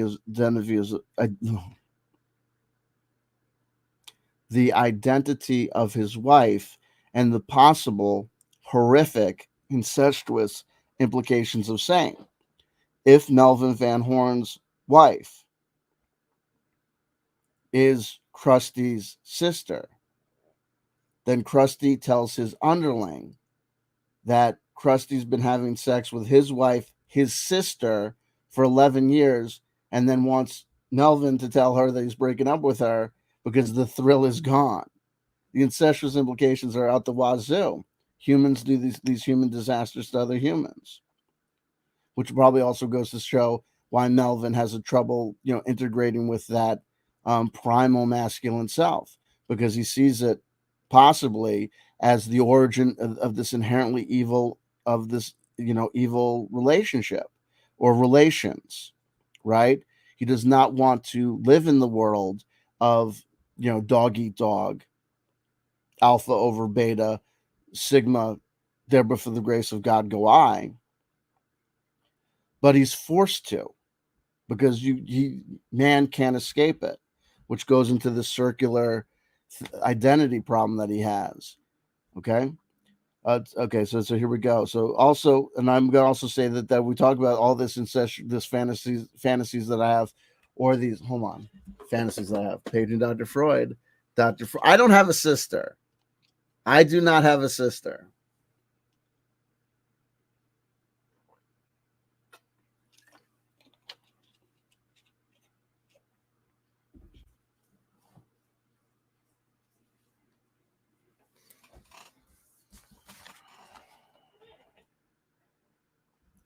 So I'm reading a lot into this, but I could be seeing clouds in my coffee, or shapes in the clouds. That The Simpsons rather is just inconsistent for the amount of time that it's gone on and the amount of writers that it's had working on it, and the fact that the writers that at one time were brilliant comedians are now, not that the writers themselves went through transformation from brilliant comedian to lame-o, but rather that the brilliant comedians that worked on the show in the early seasons have been replaced by jackasses. You could see, you could see the early Simpsons episode and look at the earlier Simpsons episodes. I'm having this crazy allergic reaction, and I'm going to end up having to finish the salad because I'm starving to death. It's nuts. Anyway, not starving to death. I'm fine. So let me note the fundamental problem with the inconsistencies with both the longevity of The Simpsons and its lazy writers who have obviously failed to either consult and or construct what's known as a continuity Bible. So people remember what happened in the show, and they record this as the show goes on for years and years. They do this on soap operas all the time out of necessity, so you don't have people doing things that are even just simply out of character or inconsistent with past send up or history of the character. I can see that this could also be a problem with the reliability of online sources, right? Okay. Another inconsistency regarding his hair bone, right? Because we don't know whether or not it was there because he was trying to pull out gum or whether it's there for some other reason. Highlights. Oh, this is highlights from his biography as a Cornell graduate, a man of letters, a possible recovering alcoholic because he's seen at several AA meetings. Yeah. And for his alcoholism, we know that his father was a monster. It's got Freudian implications. And unreconciled to his primal masculinity, a former atheist who retreats. He's a former atheist, man in nature, and then he sublimates to this, desert sky god, and this house of worship, this civilized Christianity, in order to, say that he's gone beyond it. But even in that action, he ends up still performing this dysfunctional thing of sublimating to the father figure in the sky. At least that's what I take of it. This is okay. So we're going back to the Simpsons Wiki, the hair part. So we know that at one point the bone was said to be unremovable. This is inconsistent. Unremovable because he got it there as a result of childhood trauma. We said that we could read into that childhood trauma, the inability to get the gum out with the bone, but we can also see it as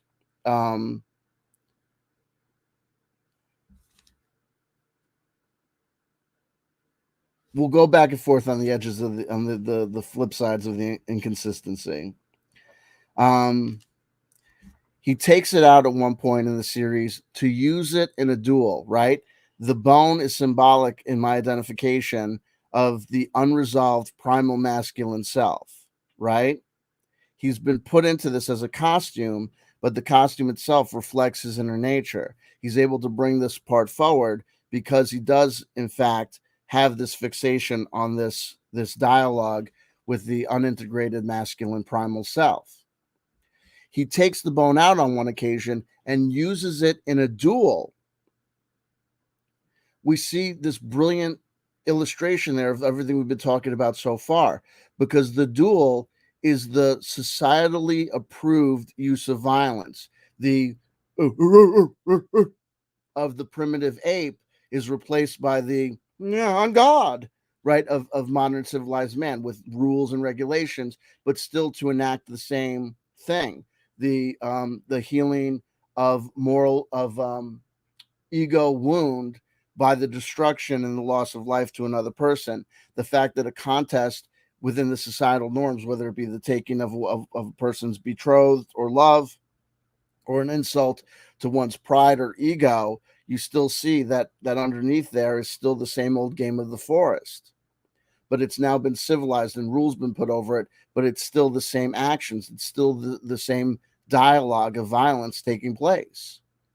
So he takes out the bone, uses it as a dueling weapon. So we see the primal self is accessed within the confines of the societal approved violence, but it's still the same. It's still the same thing going on. And we see that there in the rich tapestry regarding the origin of modern man and his societal norms, especially regarding violence.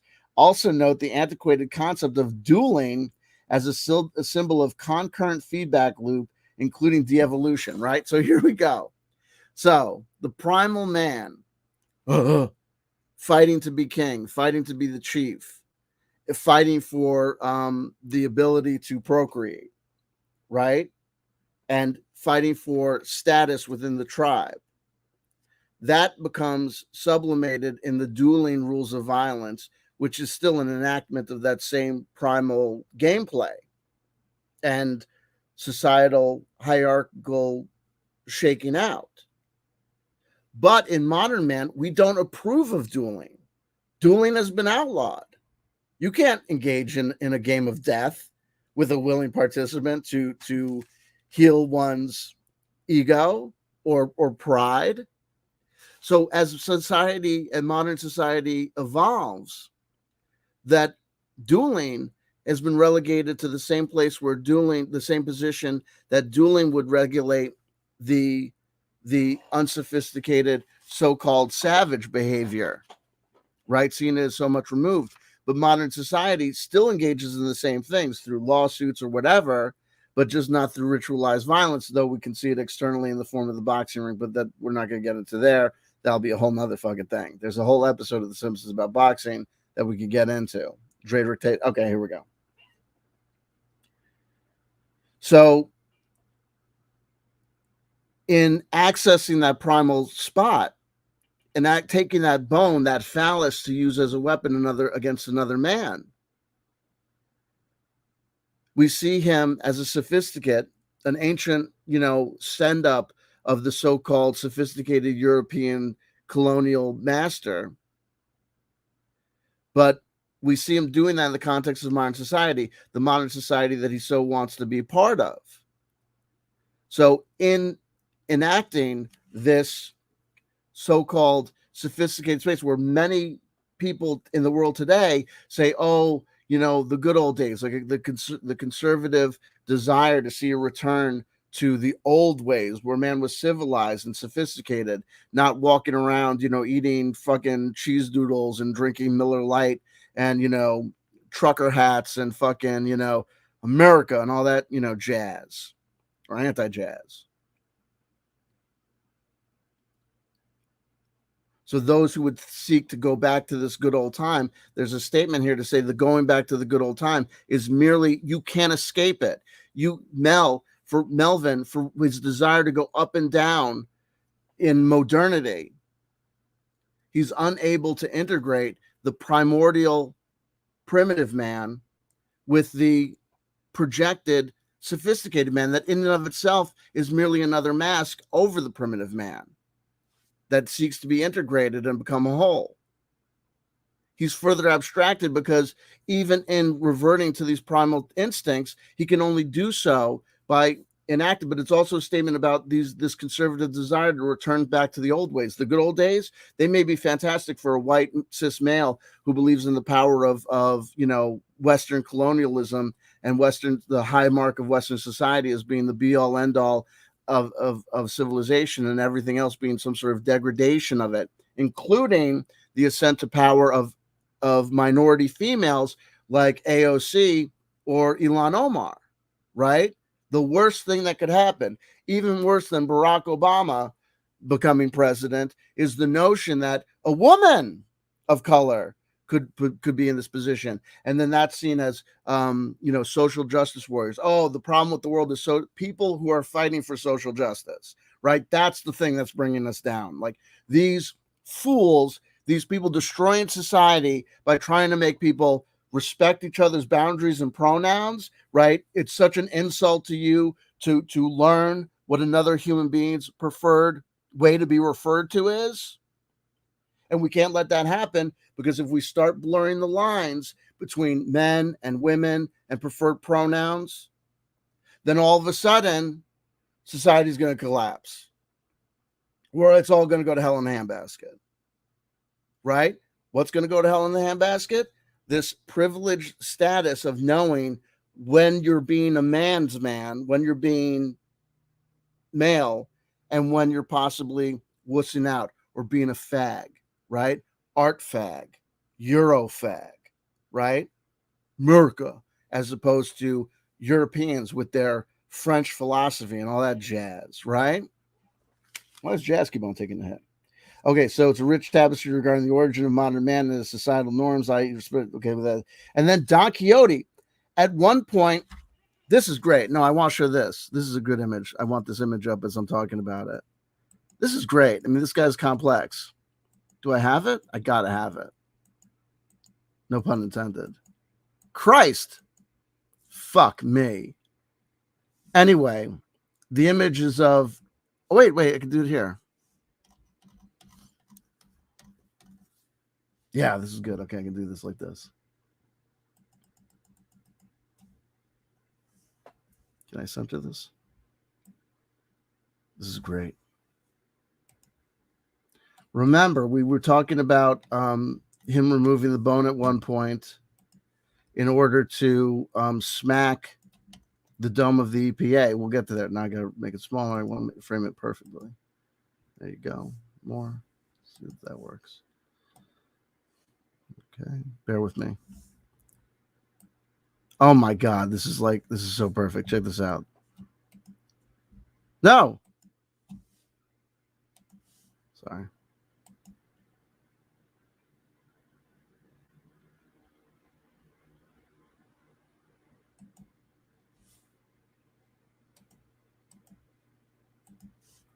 See if this works. Giving up with the wrong thing. Perfect. The caption under this image is, this is from the Simpsons movie. Melvin, what does it say? Mel whacking the dome with his bone. So we talked about this dialogue and this fight between. So Don Quixote regarding the Springfield dome. So we're going to do this two parts, and I'm going to have to jump around here. We'll come maybe. How do we do this?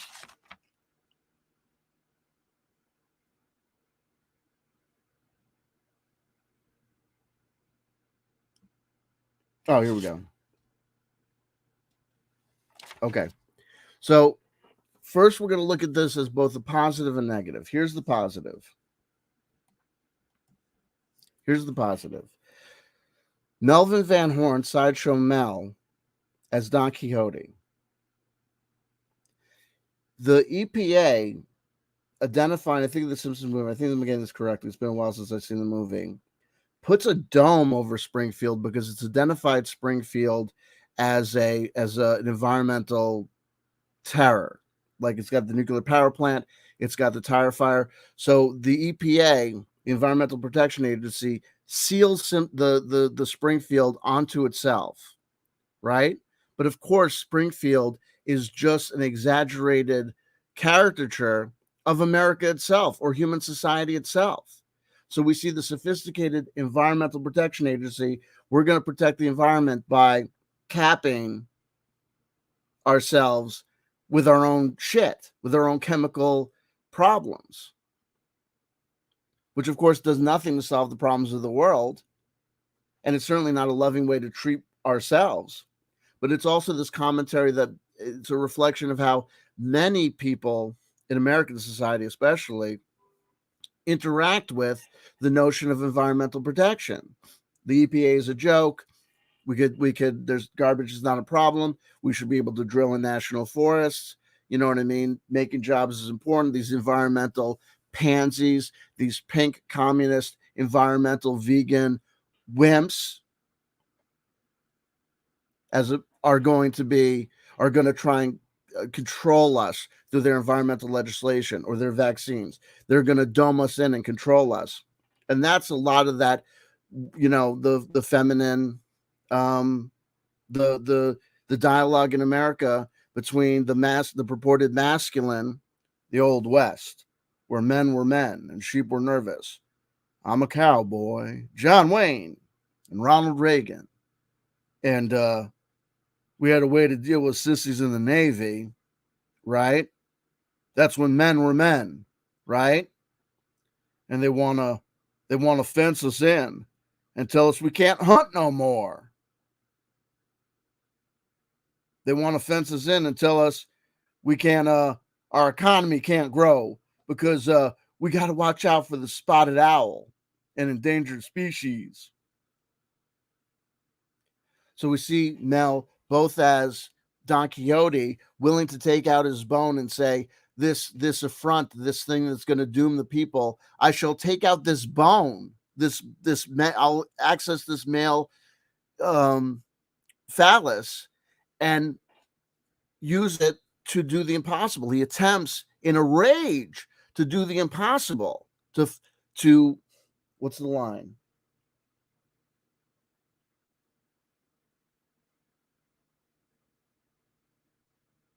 From Don Quixote, The Impossible Dream. Now I gotta look at the lyrics to The Impossible Dream.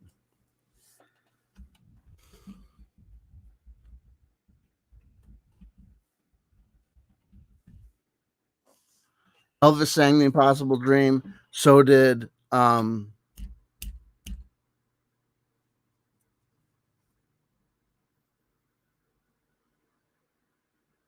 Vandross. The Impossible Dream, parentheses, The Quest, is a popular song composed.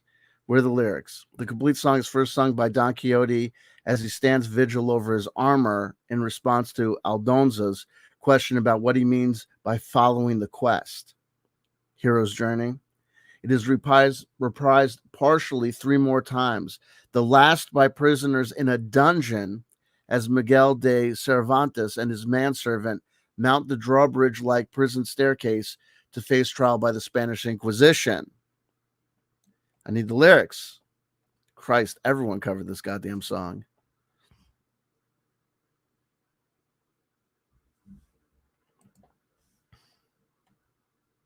Lyrics. To dream the impossible dream, to fight the unbeatable foe, to bear with unbearable sorrow, and to run where the brave dare not go. In this Don Quixote characteristic that we're assigning, I'm assigning to Melvin Van Horn. His real battle is not the man-on-man violence of the world. It's internal. And it's an identification that it is that internal battle which is even harder to deal with and even more of a real fight, that is where even the quote-unquote brave will not go. And also it's a reference to the fact that the unbearable sorrow, that what drives this internal desire for integration is not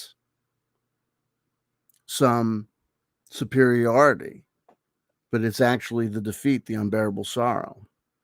To right the unrightable wrong. My childhood has been unruined. Your childhood can't be unruined.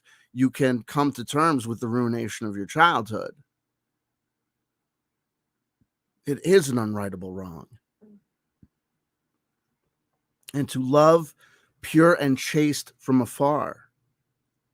Again, him identifying, he's never sung The Impossible Dream, but I think there's so much here that he's identifying. I'm just going to say that Melvin does this because when he fucking does this, he's Don Quixote. Deal with it.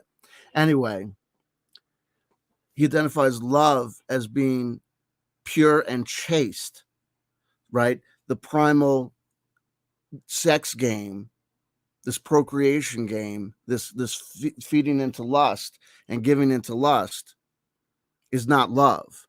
Rather, this being chaste from afar is love. But Melvin has multiple children, one or more, possibly illegitimate. We're going to get to that. To try when your arms are too weary to reach the unreachable star. This is my quest to follow that star, no matter how hopeless, no matter how far, to fight for the right without question or pause, to be willing to march into hell for the heavenly cause. And I know, if I'll only be true, Melvin's desire to say this, he dare not look at it, the integration of the self, right? He dare not integrate his defeats and his victories, his strengths, and accepting his weaknesses.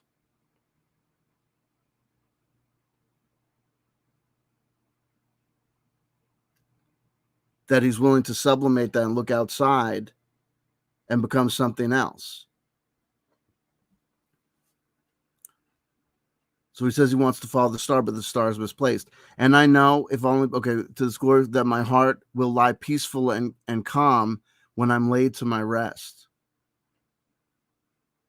This notion that to be in society, to be alive and conscientious, this is the suit of the swords. Everything is shitty in the suit of the swords because it's all man's experience, the human's experience of this. To be an animal operating on instinct, or a bug who is sublimated to the hive mind, not having to experience this world as an individual. But it's this conflict, this dialogue with the ego's need for pride and satisfaction while living in a world of hierarchy where only a few will ascend to the top and most will find themselves conflicted and dying and shamed on the bottom, if that's the way that they see it. But we should know throughout this dialogue by me, Melvin can integrate, but he has to integrate. It's not happening so far, despite his degree from Cornell, despite his success as an actor, despite having all this money. He still doesn't know what he wants. He's excited by the notion of buying a house with a bowling alley until he's reminded that he doesn't even like to bowl. He doesn't know what he wants because he's not integrated and not willing to look at what's really fucking him up. And believing that it will only be when he's dead that this conflict will be resolved. No, the conflict can be resolved in the here and now, but he's got to be integrated. And the world will be better for this. That one man, scorned and covered with scars. Remember, he's the fool. But remember, he's the primitive man. The savage is a joke and presented as a buffoon on the clown's show. This is the colonial power looking at the savage, to be in frilly cuffs and to have iPhones and to be dressed in a bespoke suit and to speak the Queen's English and to worship the correct God in the right way is to be good. And to be the savage is to be the fool.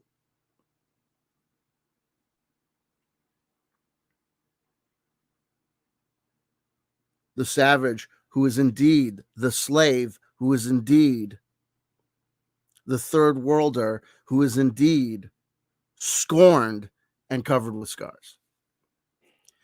Still strong with his last ounce of courage to reach the unreachable, the unreachable, the unreachable star.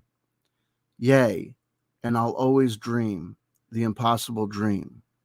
Yes, and I'll reach the unreachable star.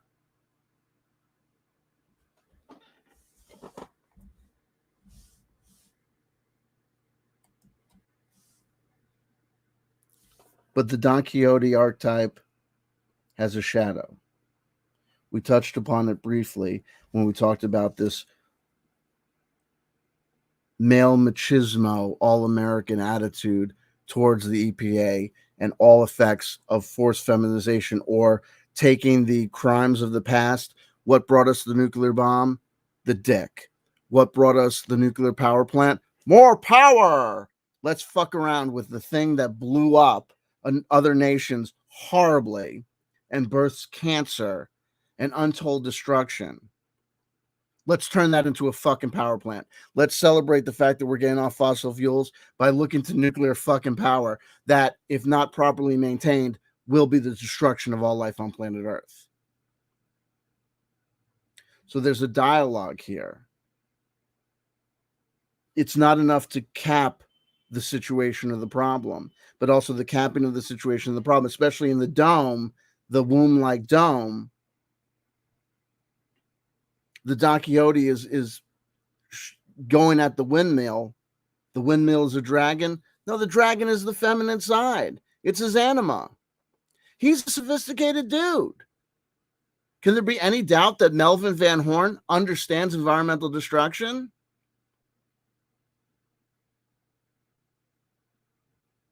but being encased by these new regulations that control that takes down the fences, or says to the former,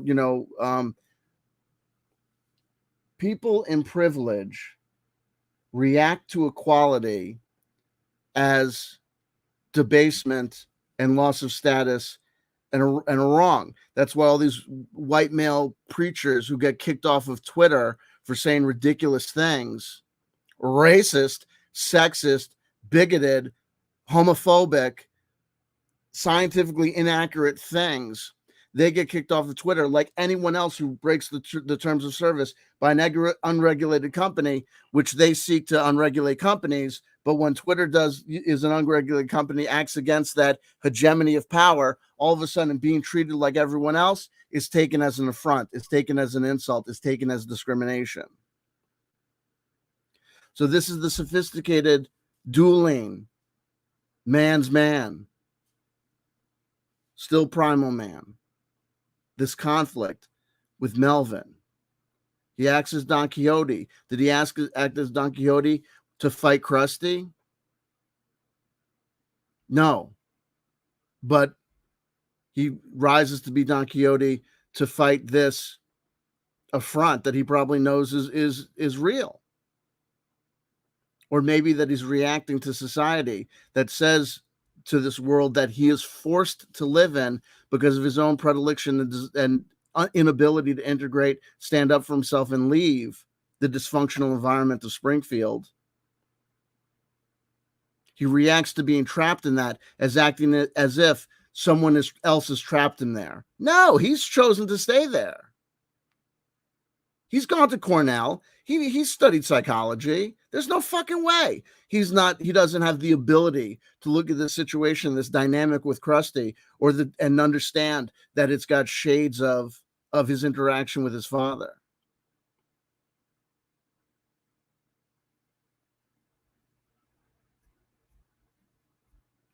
Papa, can you hear me?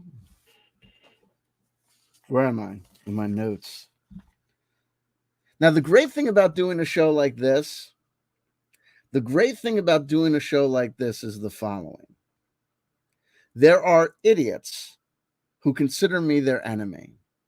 There are morons who are looking for me to say something stupid, and more than one of them watches my shows in order to figure out when am I going to say the damnable thing that they can bring another lawsuit against me for, or they can clip to humiliate me. Have fun trying to figure this one out.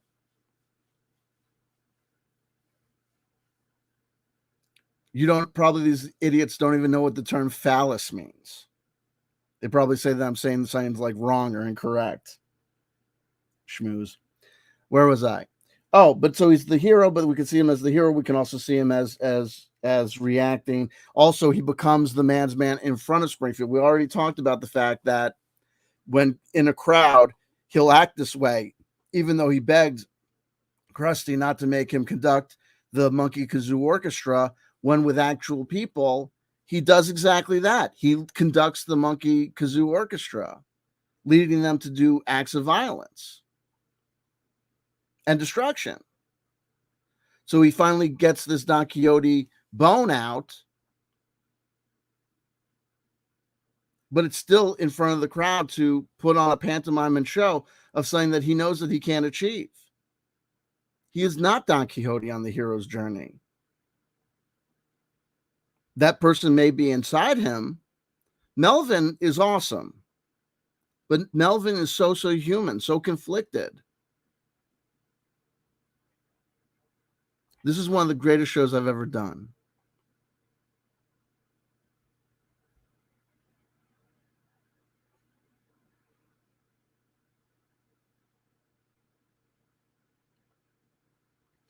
We also point out the connection to the name of Milhouse Van Houten. So let me do this also. So we're going to go to this image. Hold on, let me stop sharing here. I think I don't dare close anything. Let me find something. Ah, perfect.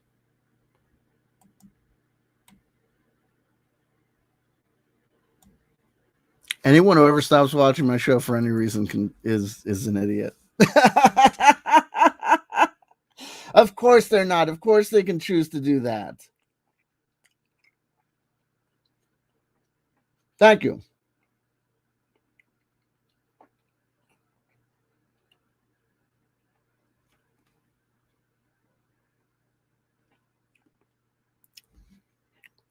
Let me share the screen here.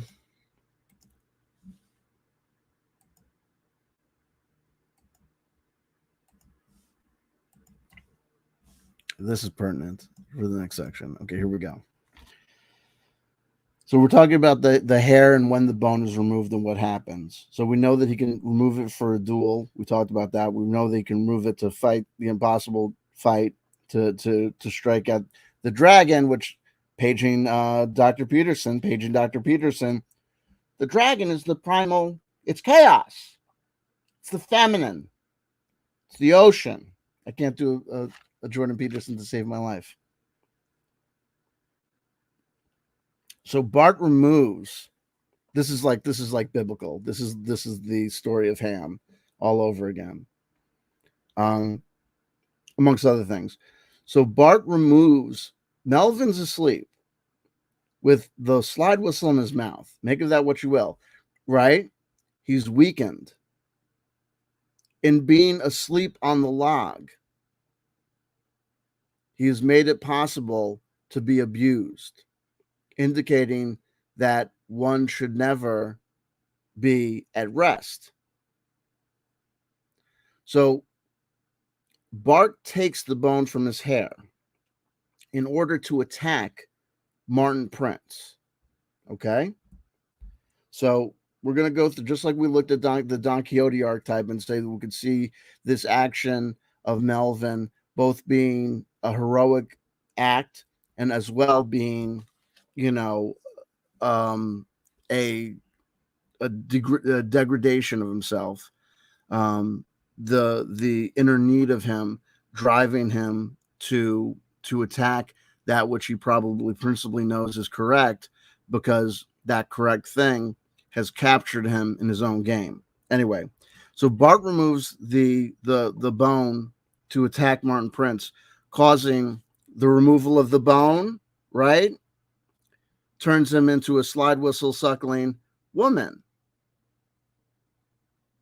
Bart removes the bone, and that feminizes Sideshow Mel, turning him into a clear depiction of a female character.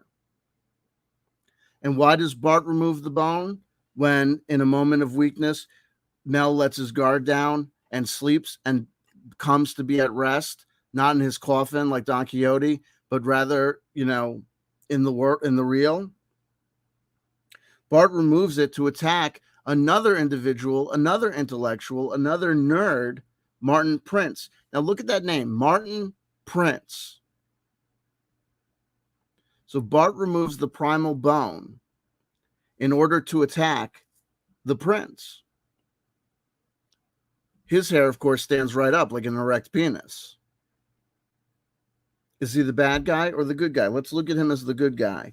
Let's look at this as the Arthurian legend of Excalibur.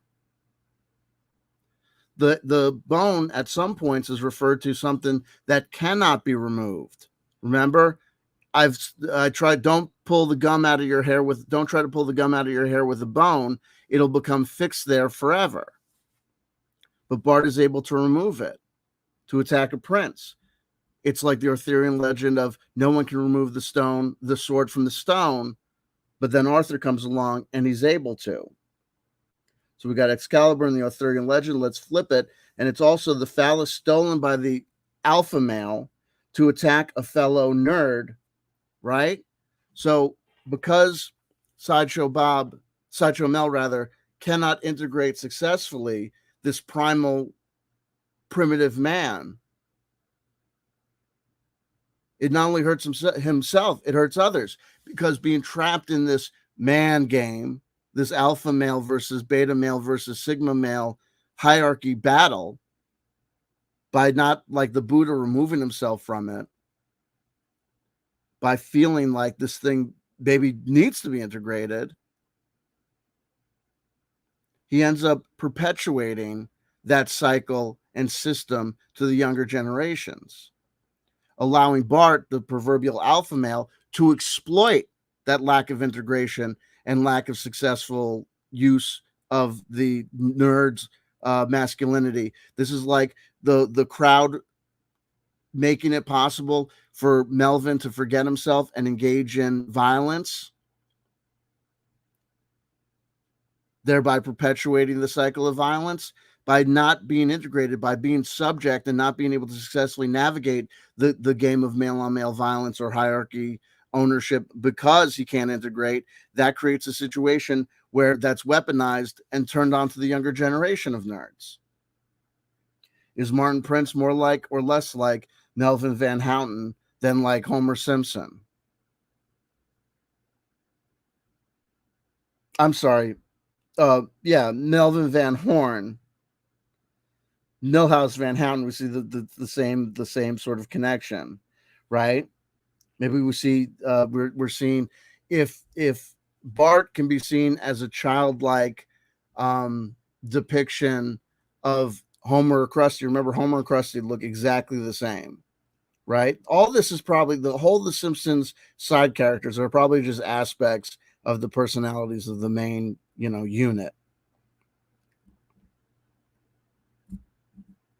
Bart is like the small version of Krusty or Homer.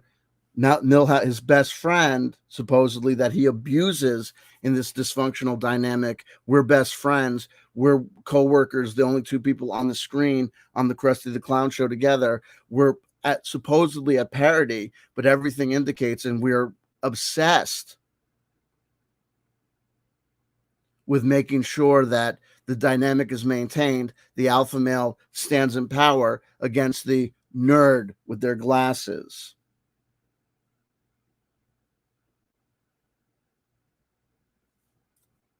Though, who gets the part of Fallout Boy? Milhouse. Because Bart is actually too short. 2 hours and 14 minutes of this. Oh my gosh. And I'm on page 1.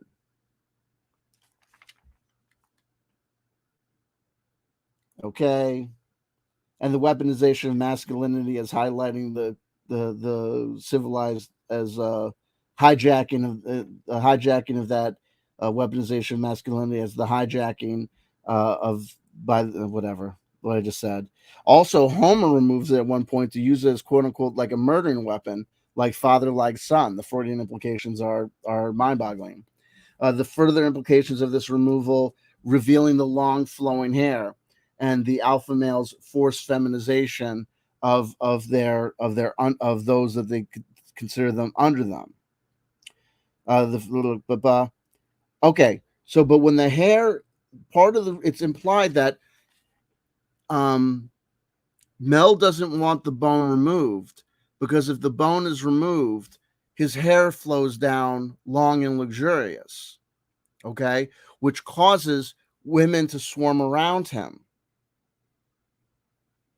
But he's not comfortable with the fact that modern women would swarm around his glorious long hair. When did long hair come back into fashion? When the 60s happened, man, with civil rights and the women's suffrage, not women's suffrage that happened early, but women's rights. And that's the dawn of certain men looking at certain other men and the length of their hair. You're like a girl. By rejecting this Johnny Unitas football pass, kick him in the ass, Frank Sinatra bullshit world. Ring-a-ding exploitation of women, Hugh Hefner bullshit world. But even though that would make him the true alpha male, the fact that by revealing his feminine side, by integrating this way, by removing the fixation on the bone, he would become supremely attractive.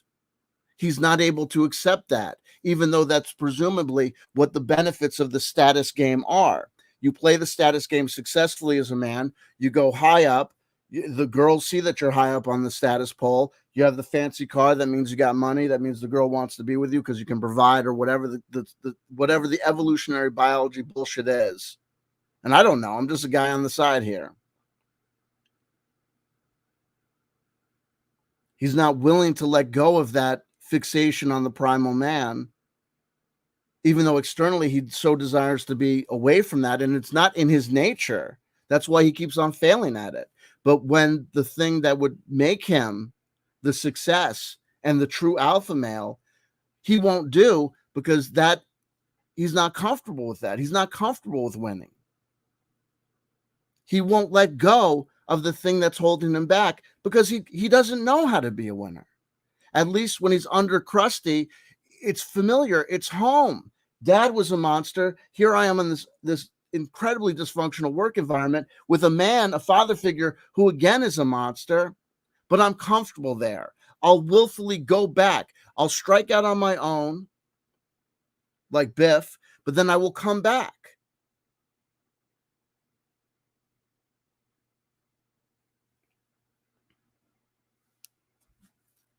He can't even like the women being around.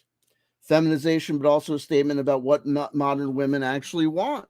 This right? Archetype is becoming increasingly non-desirable, much to the chagrin of people like Jordan Peterson, right?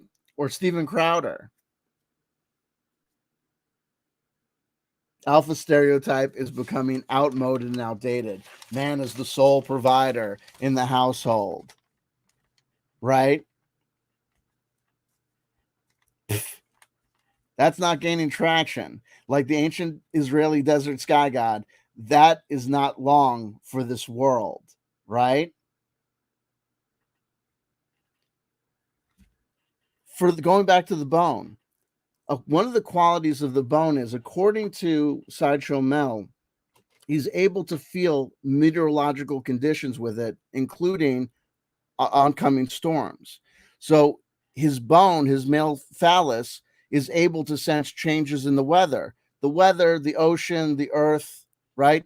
The sky god comes from the heavens, right? And impregnates the feminine earth, the receiver of the seed, right? The sun comes down on the earth and impregnates and brings forth life in that union. So with the primal bone, with the primal phallus, we know that this is identified with his phallus because he can sense this change in the weather. But we also know that he cares enough about the weather. You can't sense something that you're not looking out for. So even though he's not comfortable with women coming and approaching him, or especially swarming him, and he picks a life mate or a life partner that actually cuckolds him, he does have a connection to that primal self, allowing him to sense changes in the weather, to know the honeybee dance and the birds and the bees and what it's all about. Primal identification of male power and shamanism. Also note his style of dress. We talked about this in being the caricature of the primitive. Warrior as tool to the actual society builders. Listen, the caveman was the fucking caveman, walking around the world like a moron, getting food. It was the nerds who figured out how to build societies and become a priest class, playing games of convincing and conniving in politics in order to actually shape the society we have, for better or for worse. Learned man, the pen is mighty. So this might not have been my best stuff here. The phallus as nature, the primal masculine, women as corollary, the feminine archetype. Prior to becoming famous in both, prior to the bone being inserted, Melvin Van Horn was famous in both London, right, and Hollywood, right? Again, more places where society is broken down, where the norms are of the primitive man are done away with, the primal man are done away with. London, I say, where society becomes civilized and adrift and separated and removed from the primates that they colonize as if they are less than. as if they have no human rights, as if they are not human. And then you also have him famous in Hollywood, right? One of those Hollywood movie queers. But there, when he was there in those places, he was able to comb his hair and I guess be in touch with this. I don't know what happened to him.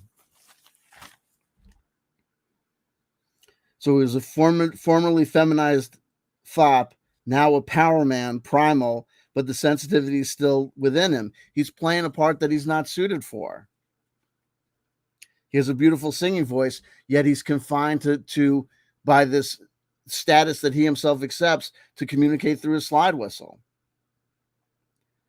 He doesn't like women to swarm around him, and he's also like lactose intolerant.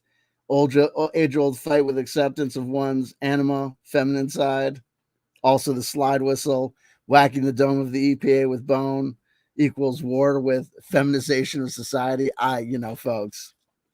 His portrayal of Biff in Death of a Salesman. Okay, strap yourselves in. Do you want to take a bathroom break? Because this honestly wouldn't. Okay, so check this. Oh, Jesus Christ. So, let me do that. So we did that. Let me stop sharing the screen. Christ almighty. At this point, this is what happens to me at this point. I'll tell you exactly what happens to me at this point. I have more stuff to say, but I become like, oh my God, it's 9:14. I've been here my entire fucking life. And, what am I going to do? But at least I'm not getting high or drunk. So I guess it's okay. And this is great. Oh my God. I mean, this, Christ, this is just amazing. I love life. Life is so beautiful. Even Melvin is so beautiful. This childhood trauma, this dance. It is revealed at one point that Lisa is awarded the Springfield Entertainer of the Year award. It is then revealed that Melvin Van Horn won the award himself one year for his portrayal of Biff Lomax in Death of a Salesman. It is then when he's allowed to speak and say, but it was the lure of the crowd that reduced him to buffoonery.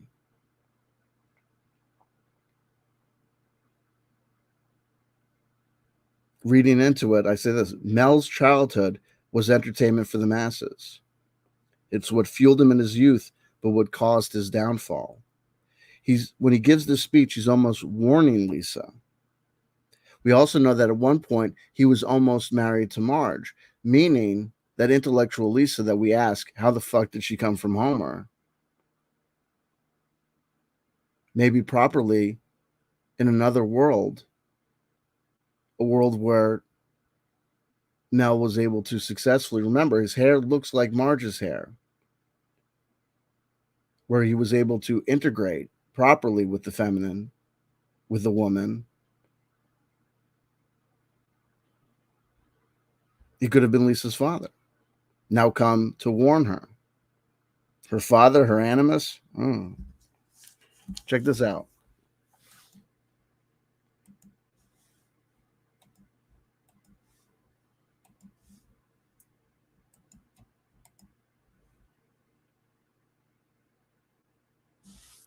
He closes his eyes. He covers his eyes as if not to see.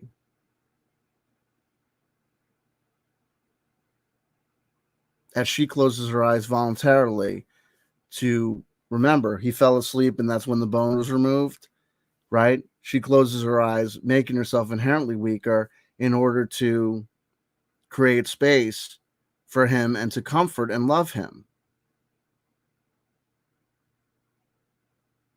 He can't deal with it. He turns away.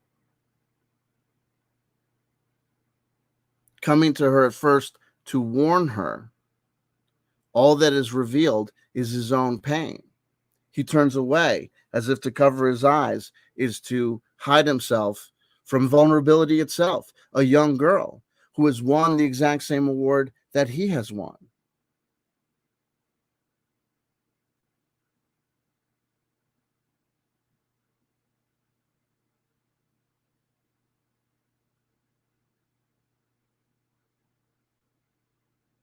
Is it doing anything for you? Anyway, here we go. Ownership of poodles, the French arts, conflict with masculinity. Poodles was both man's best friend. A poodle is a canine. Melvin owns poodles, a lot of them apparently. The canine is man's best friend, the first domesticated animal. But there you go. There's that dynamic. And what is the ultra domestication of the poodle? The dog, the wolf. The wolf becomes the poodle or the chihuahua. Man's desire to how does man treat his friend? How does man treat man's best friend? He experiments with him and traumatizes him and evolves him or devolves him from a proud wolf into a fucking teacup fucking, what do they call them? The friggin' barkadoodles. Where they, the not the poodles that they do. There's those, they breed the poodles with other dogs to make snickerdoodles. What do they call them? There's all sorts of doodles, right? Which is this attempt to make the cute even cuter. And then a lot of it is just you take this wild animal with this wonderful hair and then you give him these fucking bouffants. You know what I mean? The bouffant of the poodle, man's violence to man in the hierarchical structure prevents the civilized man from coming forth. It's this primal abuse, but it's also the sign of sophistication. The French poodle is the fucking French poodle. It's not called upon as man's best friend to merely be a guard dog or whatever. It's allowed to be like chill and like fucking, take care of me and do my hair. You know what I mean? Put me in a dog show, whatever the fuck. There's a point at which Melvin Van Horn is at a PTA meeting, and Marge, remember, he could have been married to Marge at some point, says to him, and Homer says to him, "What are you doing here?" And he says, "I'm here with my illegitimate son, goes to school here." And then he looks at the illegitimate son, and the son has the bone in the head. Remember, previously we had seen a depiction of Melvin able to be in a loving relationship with a son who looked exactly like him, but did not have the bone. But when looking at a child that is exactly like him with the bone, Melvin identifies him as illegitimate, like not of me. But of course he's of him. And then he says, "Oh, the shame." Again, we talked about his inability to successfully interact with his sex impulse. Sexuality is sin. Self-hatred of his younger self, himself. His father was a monster. He went to Cornell, yet his father was a monster. And here he is, a man of letters, a Cornell graduate who speaks with a Shakespearean accent, who won an Entertainer of the Year award for being an actor. Yet this individual identifies his illegitimate son who looks exactly like him as a shame and a shanda. Cycle of violence. Yada, yada. Okay. Also the slide whistle, whack and dump. We got that. His portrayal of Biff in Death of a Salesman. He won the Entertainer of the Year award. The fame reduced him to buffoonery, but yet he chooses to dress like the character most of the time, though he's wearing a tuxedo here. The costume as the He-Man masculine archetype.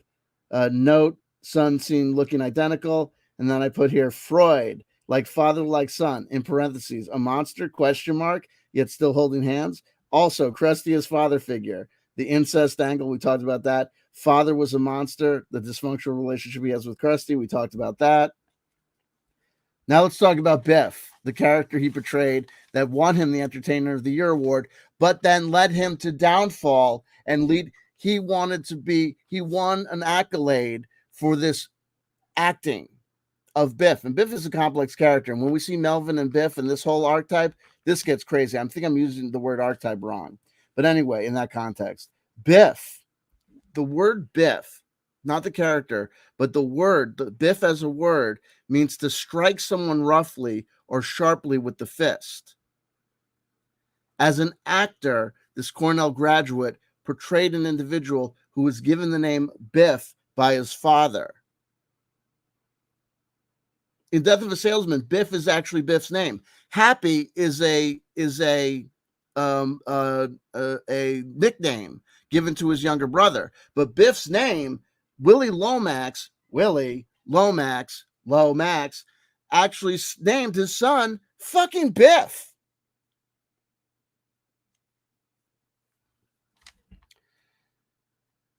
Biff, to strike someone roughly or sharply with a fist. Explanation for purported disavowal of the bone, right? Remember, portraying this character Biff, that's basically a mirror of himself. He wins the accolades, but that accolade leads him into buffoonery.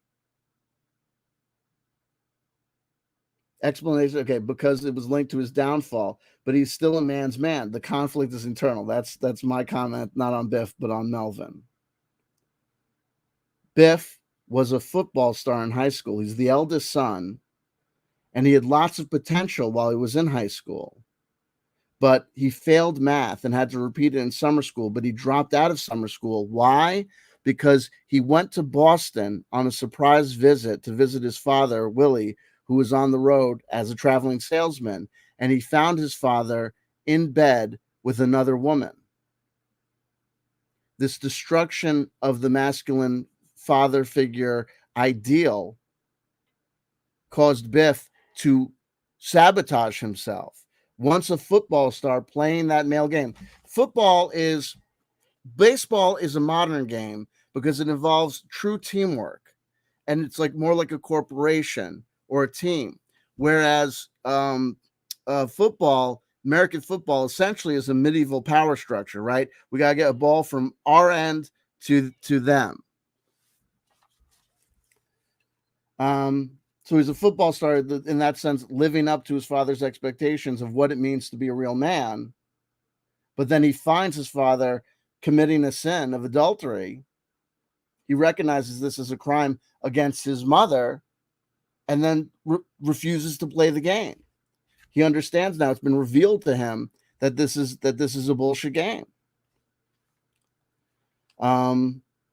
But then, of course, because Biff is not able to successfully integrate that and know it as a victory, to understand his father is fallible and accept his father is fallible and love him from afar and still pursue his own dreams, he ends up casting himself as a loser. Check this out. So Biff's downfall, he failed math, an intellectual pursuit, and dropped out after seeing his father with another woman. Again, fear, hatred of his natural masculine tendencies, but also maybe a healthy reaction to the fact that this masculine hierarchy game is outmoded, false, and wrong, or, some sort of play. He's got a conflict. Biff has a conflict between his father's dream. His father wanted him to go from football star to be a successful businessman. Like him, I guess. But Biff desires to go out west and become a farmhand, where he says he's truly happy. And remember, to be a businessman is to be emasculated, right? In a very real sense. The tie is around your neck. Is it your phallus, or is it that which constrains and is choking you out? He wants to go back and do something actual primal that brings forth food into the world, not this modern society game of bullshit pandering for paper. And he's happy doing that. But he can't let go of his father's dream, or he can't let go of the fact that he'd be disappointing his father. So he steals to impersonate success. He breaks out and in order to impress the man who he knows is morally and ethically fallible and who cheats and hurts his own mother, he steals money in order to make that bad father think that he's a success, compromising his own morals and ethics. He's identified as a realist, and he tells his father that he, Biff, will never be a great man like his father wants.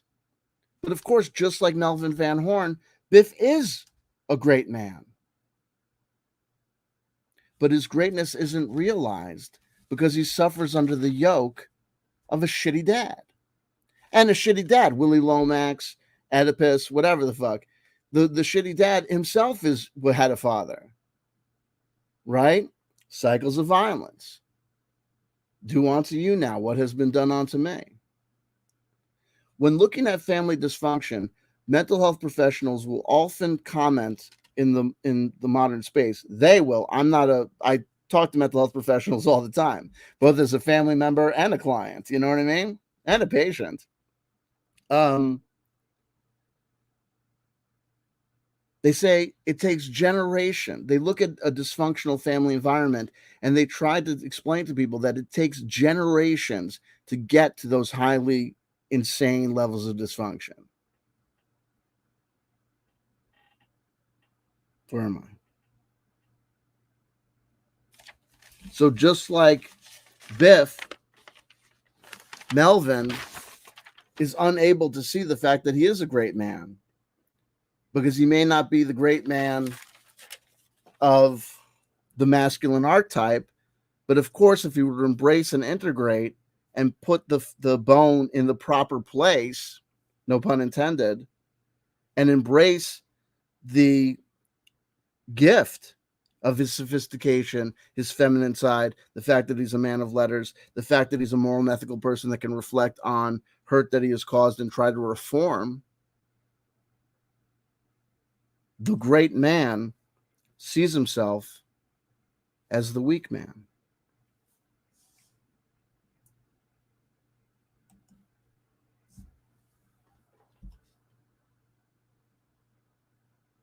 Did I say Biff Womack instead of Biff Loman?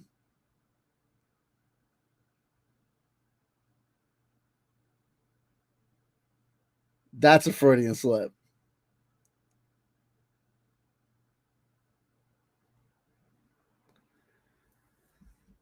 Two hours and 40 minutes.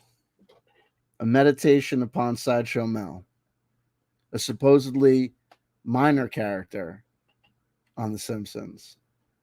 Now, my favorite character on The Simpsons, and maybe, just maybe, yours as well. I hope and I pray to Black Lady Jesus. Oh shit, I gotta go. This is good. I hope and I pray to Black Lady Jesus that I continue on my fight to not pander and continue to make the shows that I think are the best shows, the shows that speak to me. If I lose half, 30%, 50%, 75% of the subscribers, if my Patreon monies and winnings turn to zilch, may I be willing to do that, to look and show you who Sideshow Mel is. And yes, yes, yes, it's obviously been said in the live chat before, but I'm going to say it again for myself. I was probably impassioned and read so much into the struggle and the fight of Sideshow Mel with his presence in Alcoholics Anonymous.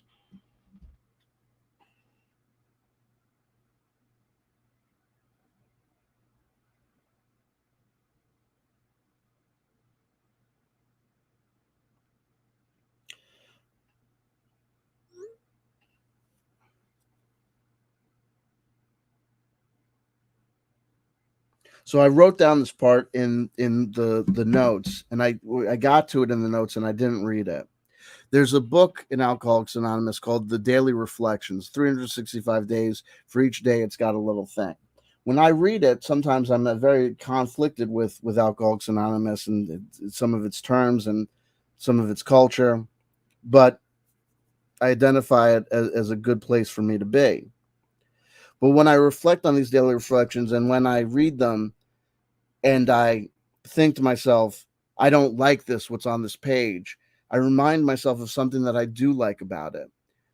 Many people in the same position that I'm in, many people that read the daily reflections on their 33rd relapse, on their 33rd year of sobriety, they're all together. And I look at this daily reflection and I say, there's X amount of people in my country, there's X amount of people in the world that are going to read these words on this day. I wrote here in my notes, possible, speaking of Melvin, he's a possible recovering alcoholic because he's been seen at several AA meetings. And then I reflect on the daily reflections, personal feeling, this feeling of fellowship and connection with those who I don't personally know, but who I know exist. And I said that this connection now, because I'd never really known about Melvin being at Alcoholics Anonymous, this connection now extends to Mel.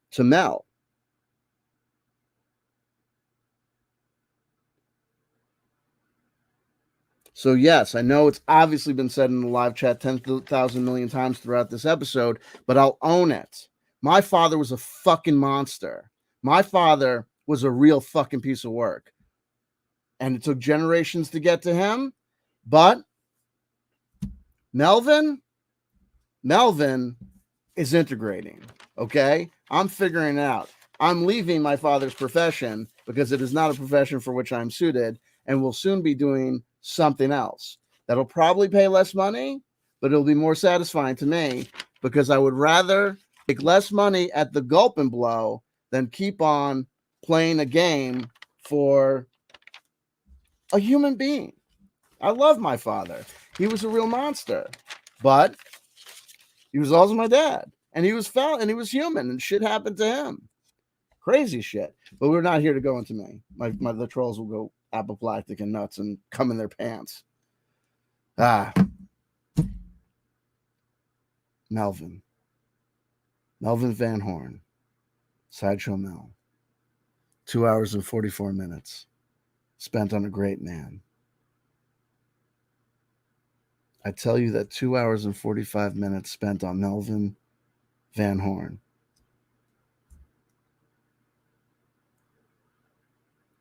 with 300 views, 200 views on a video is so much more valuable to me than 45 minutes spent on a jackass that gets 3,000 views.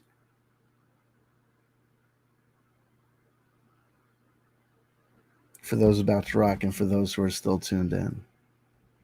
For those who have turned away because they're more interested in the other shit, God bless you. God bless you. It's no crime against me. It's you're living your life. God bless you. God bless you. For all of you, then, I say, integrating to the people that I love and love me all the time, and the people that love me some of the time. I love you, I love you, I love you. If no one told you they loved you today, someone just did. That's somebody's C.W. Chanter. Make of that what you will, because you will. And I gotta go. But I'll see you again real soon. Patreon stream sometime this weekend. Who knows what? For as little as $1 a month, you can support me on Patreon. I've got over $15,000 in attorney's fees I'm trying to pay off. You can help me by supporting me on Patreon. There's bonus videos every week. Love you. And if you can't afford that, there's also a PayPal donation button. You can give me whatever you want as a one-time payment if you can afford it at all. If you can't afford it, give this video a thumbs up and like, comment, and subscribe, and share it on social media. And that'll be fantastic. That'll help me too. And it doesn't cost you a damn thing. Okay? I love you.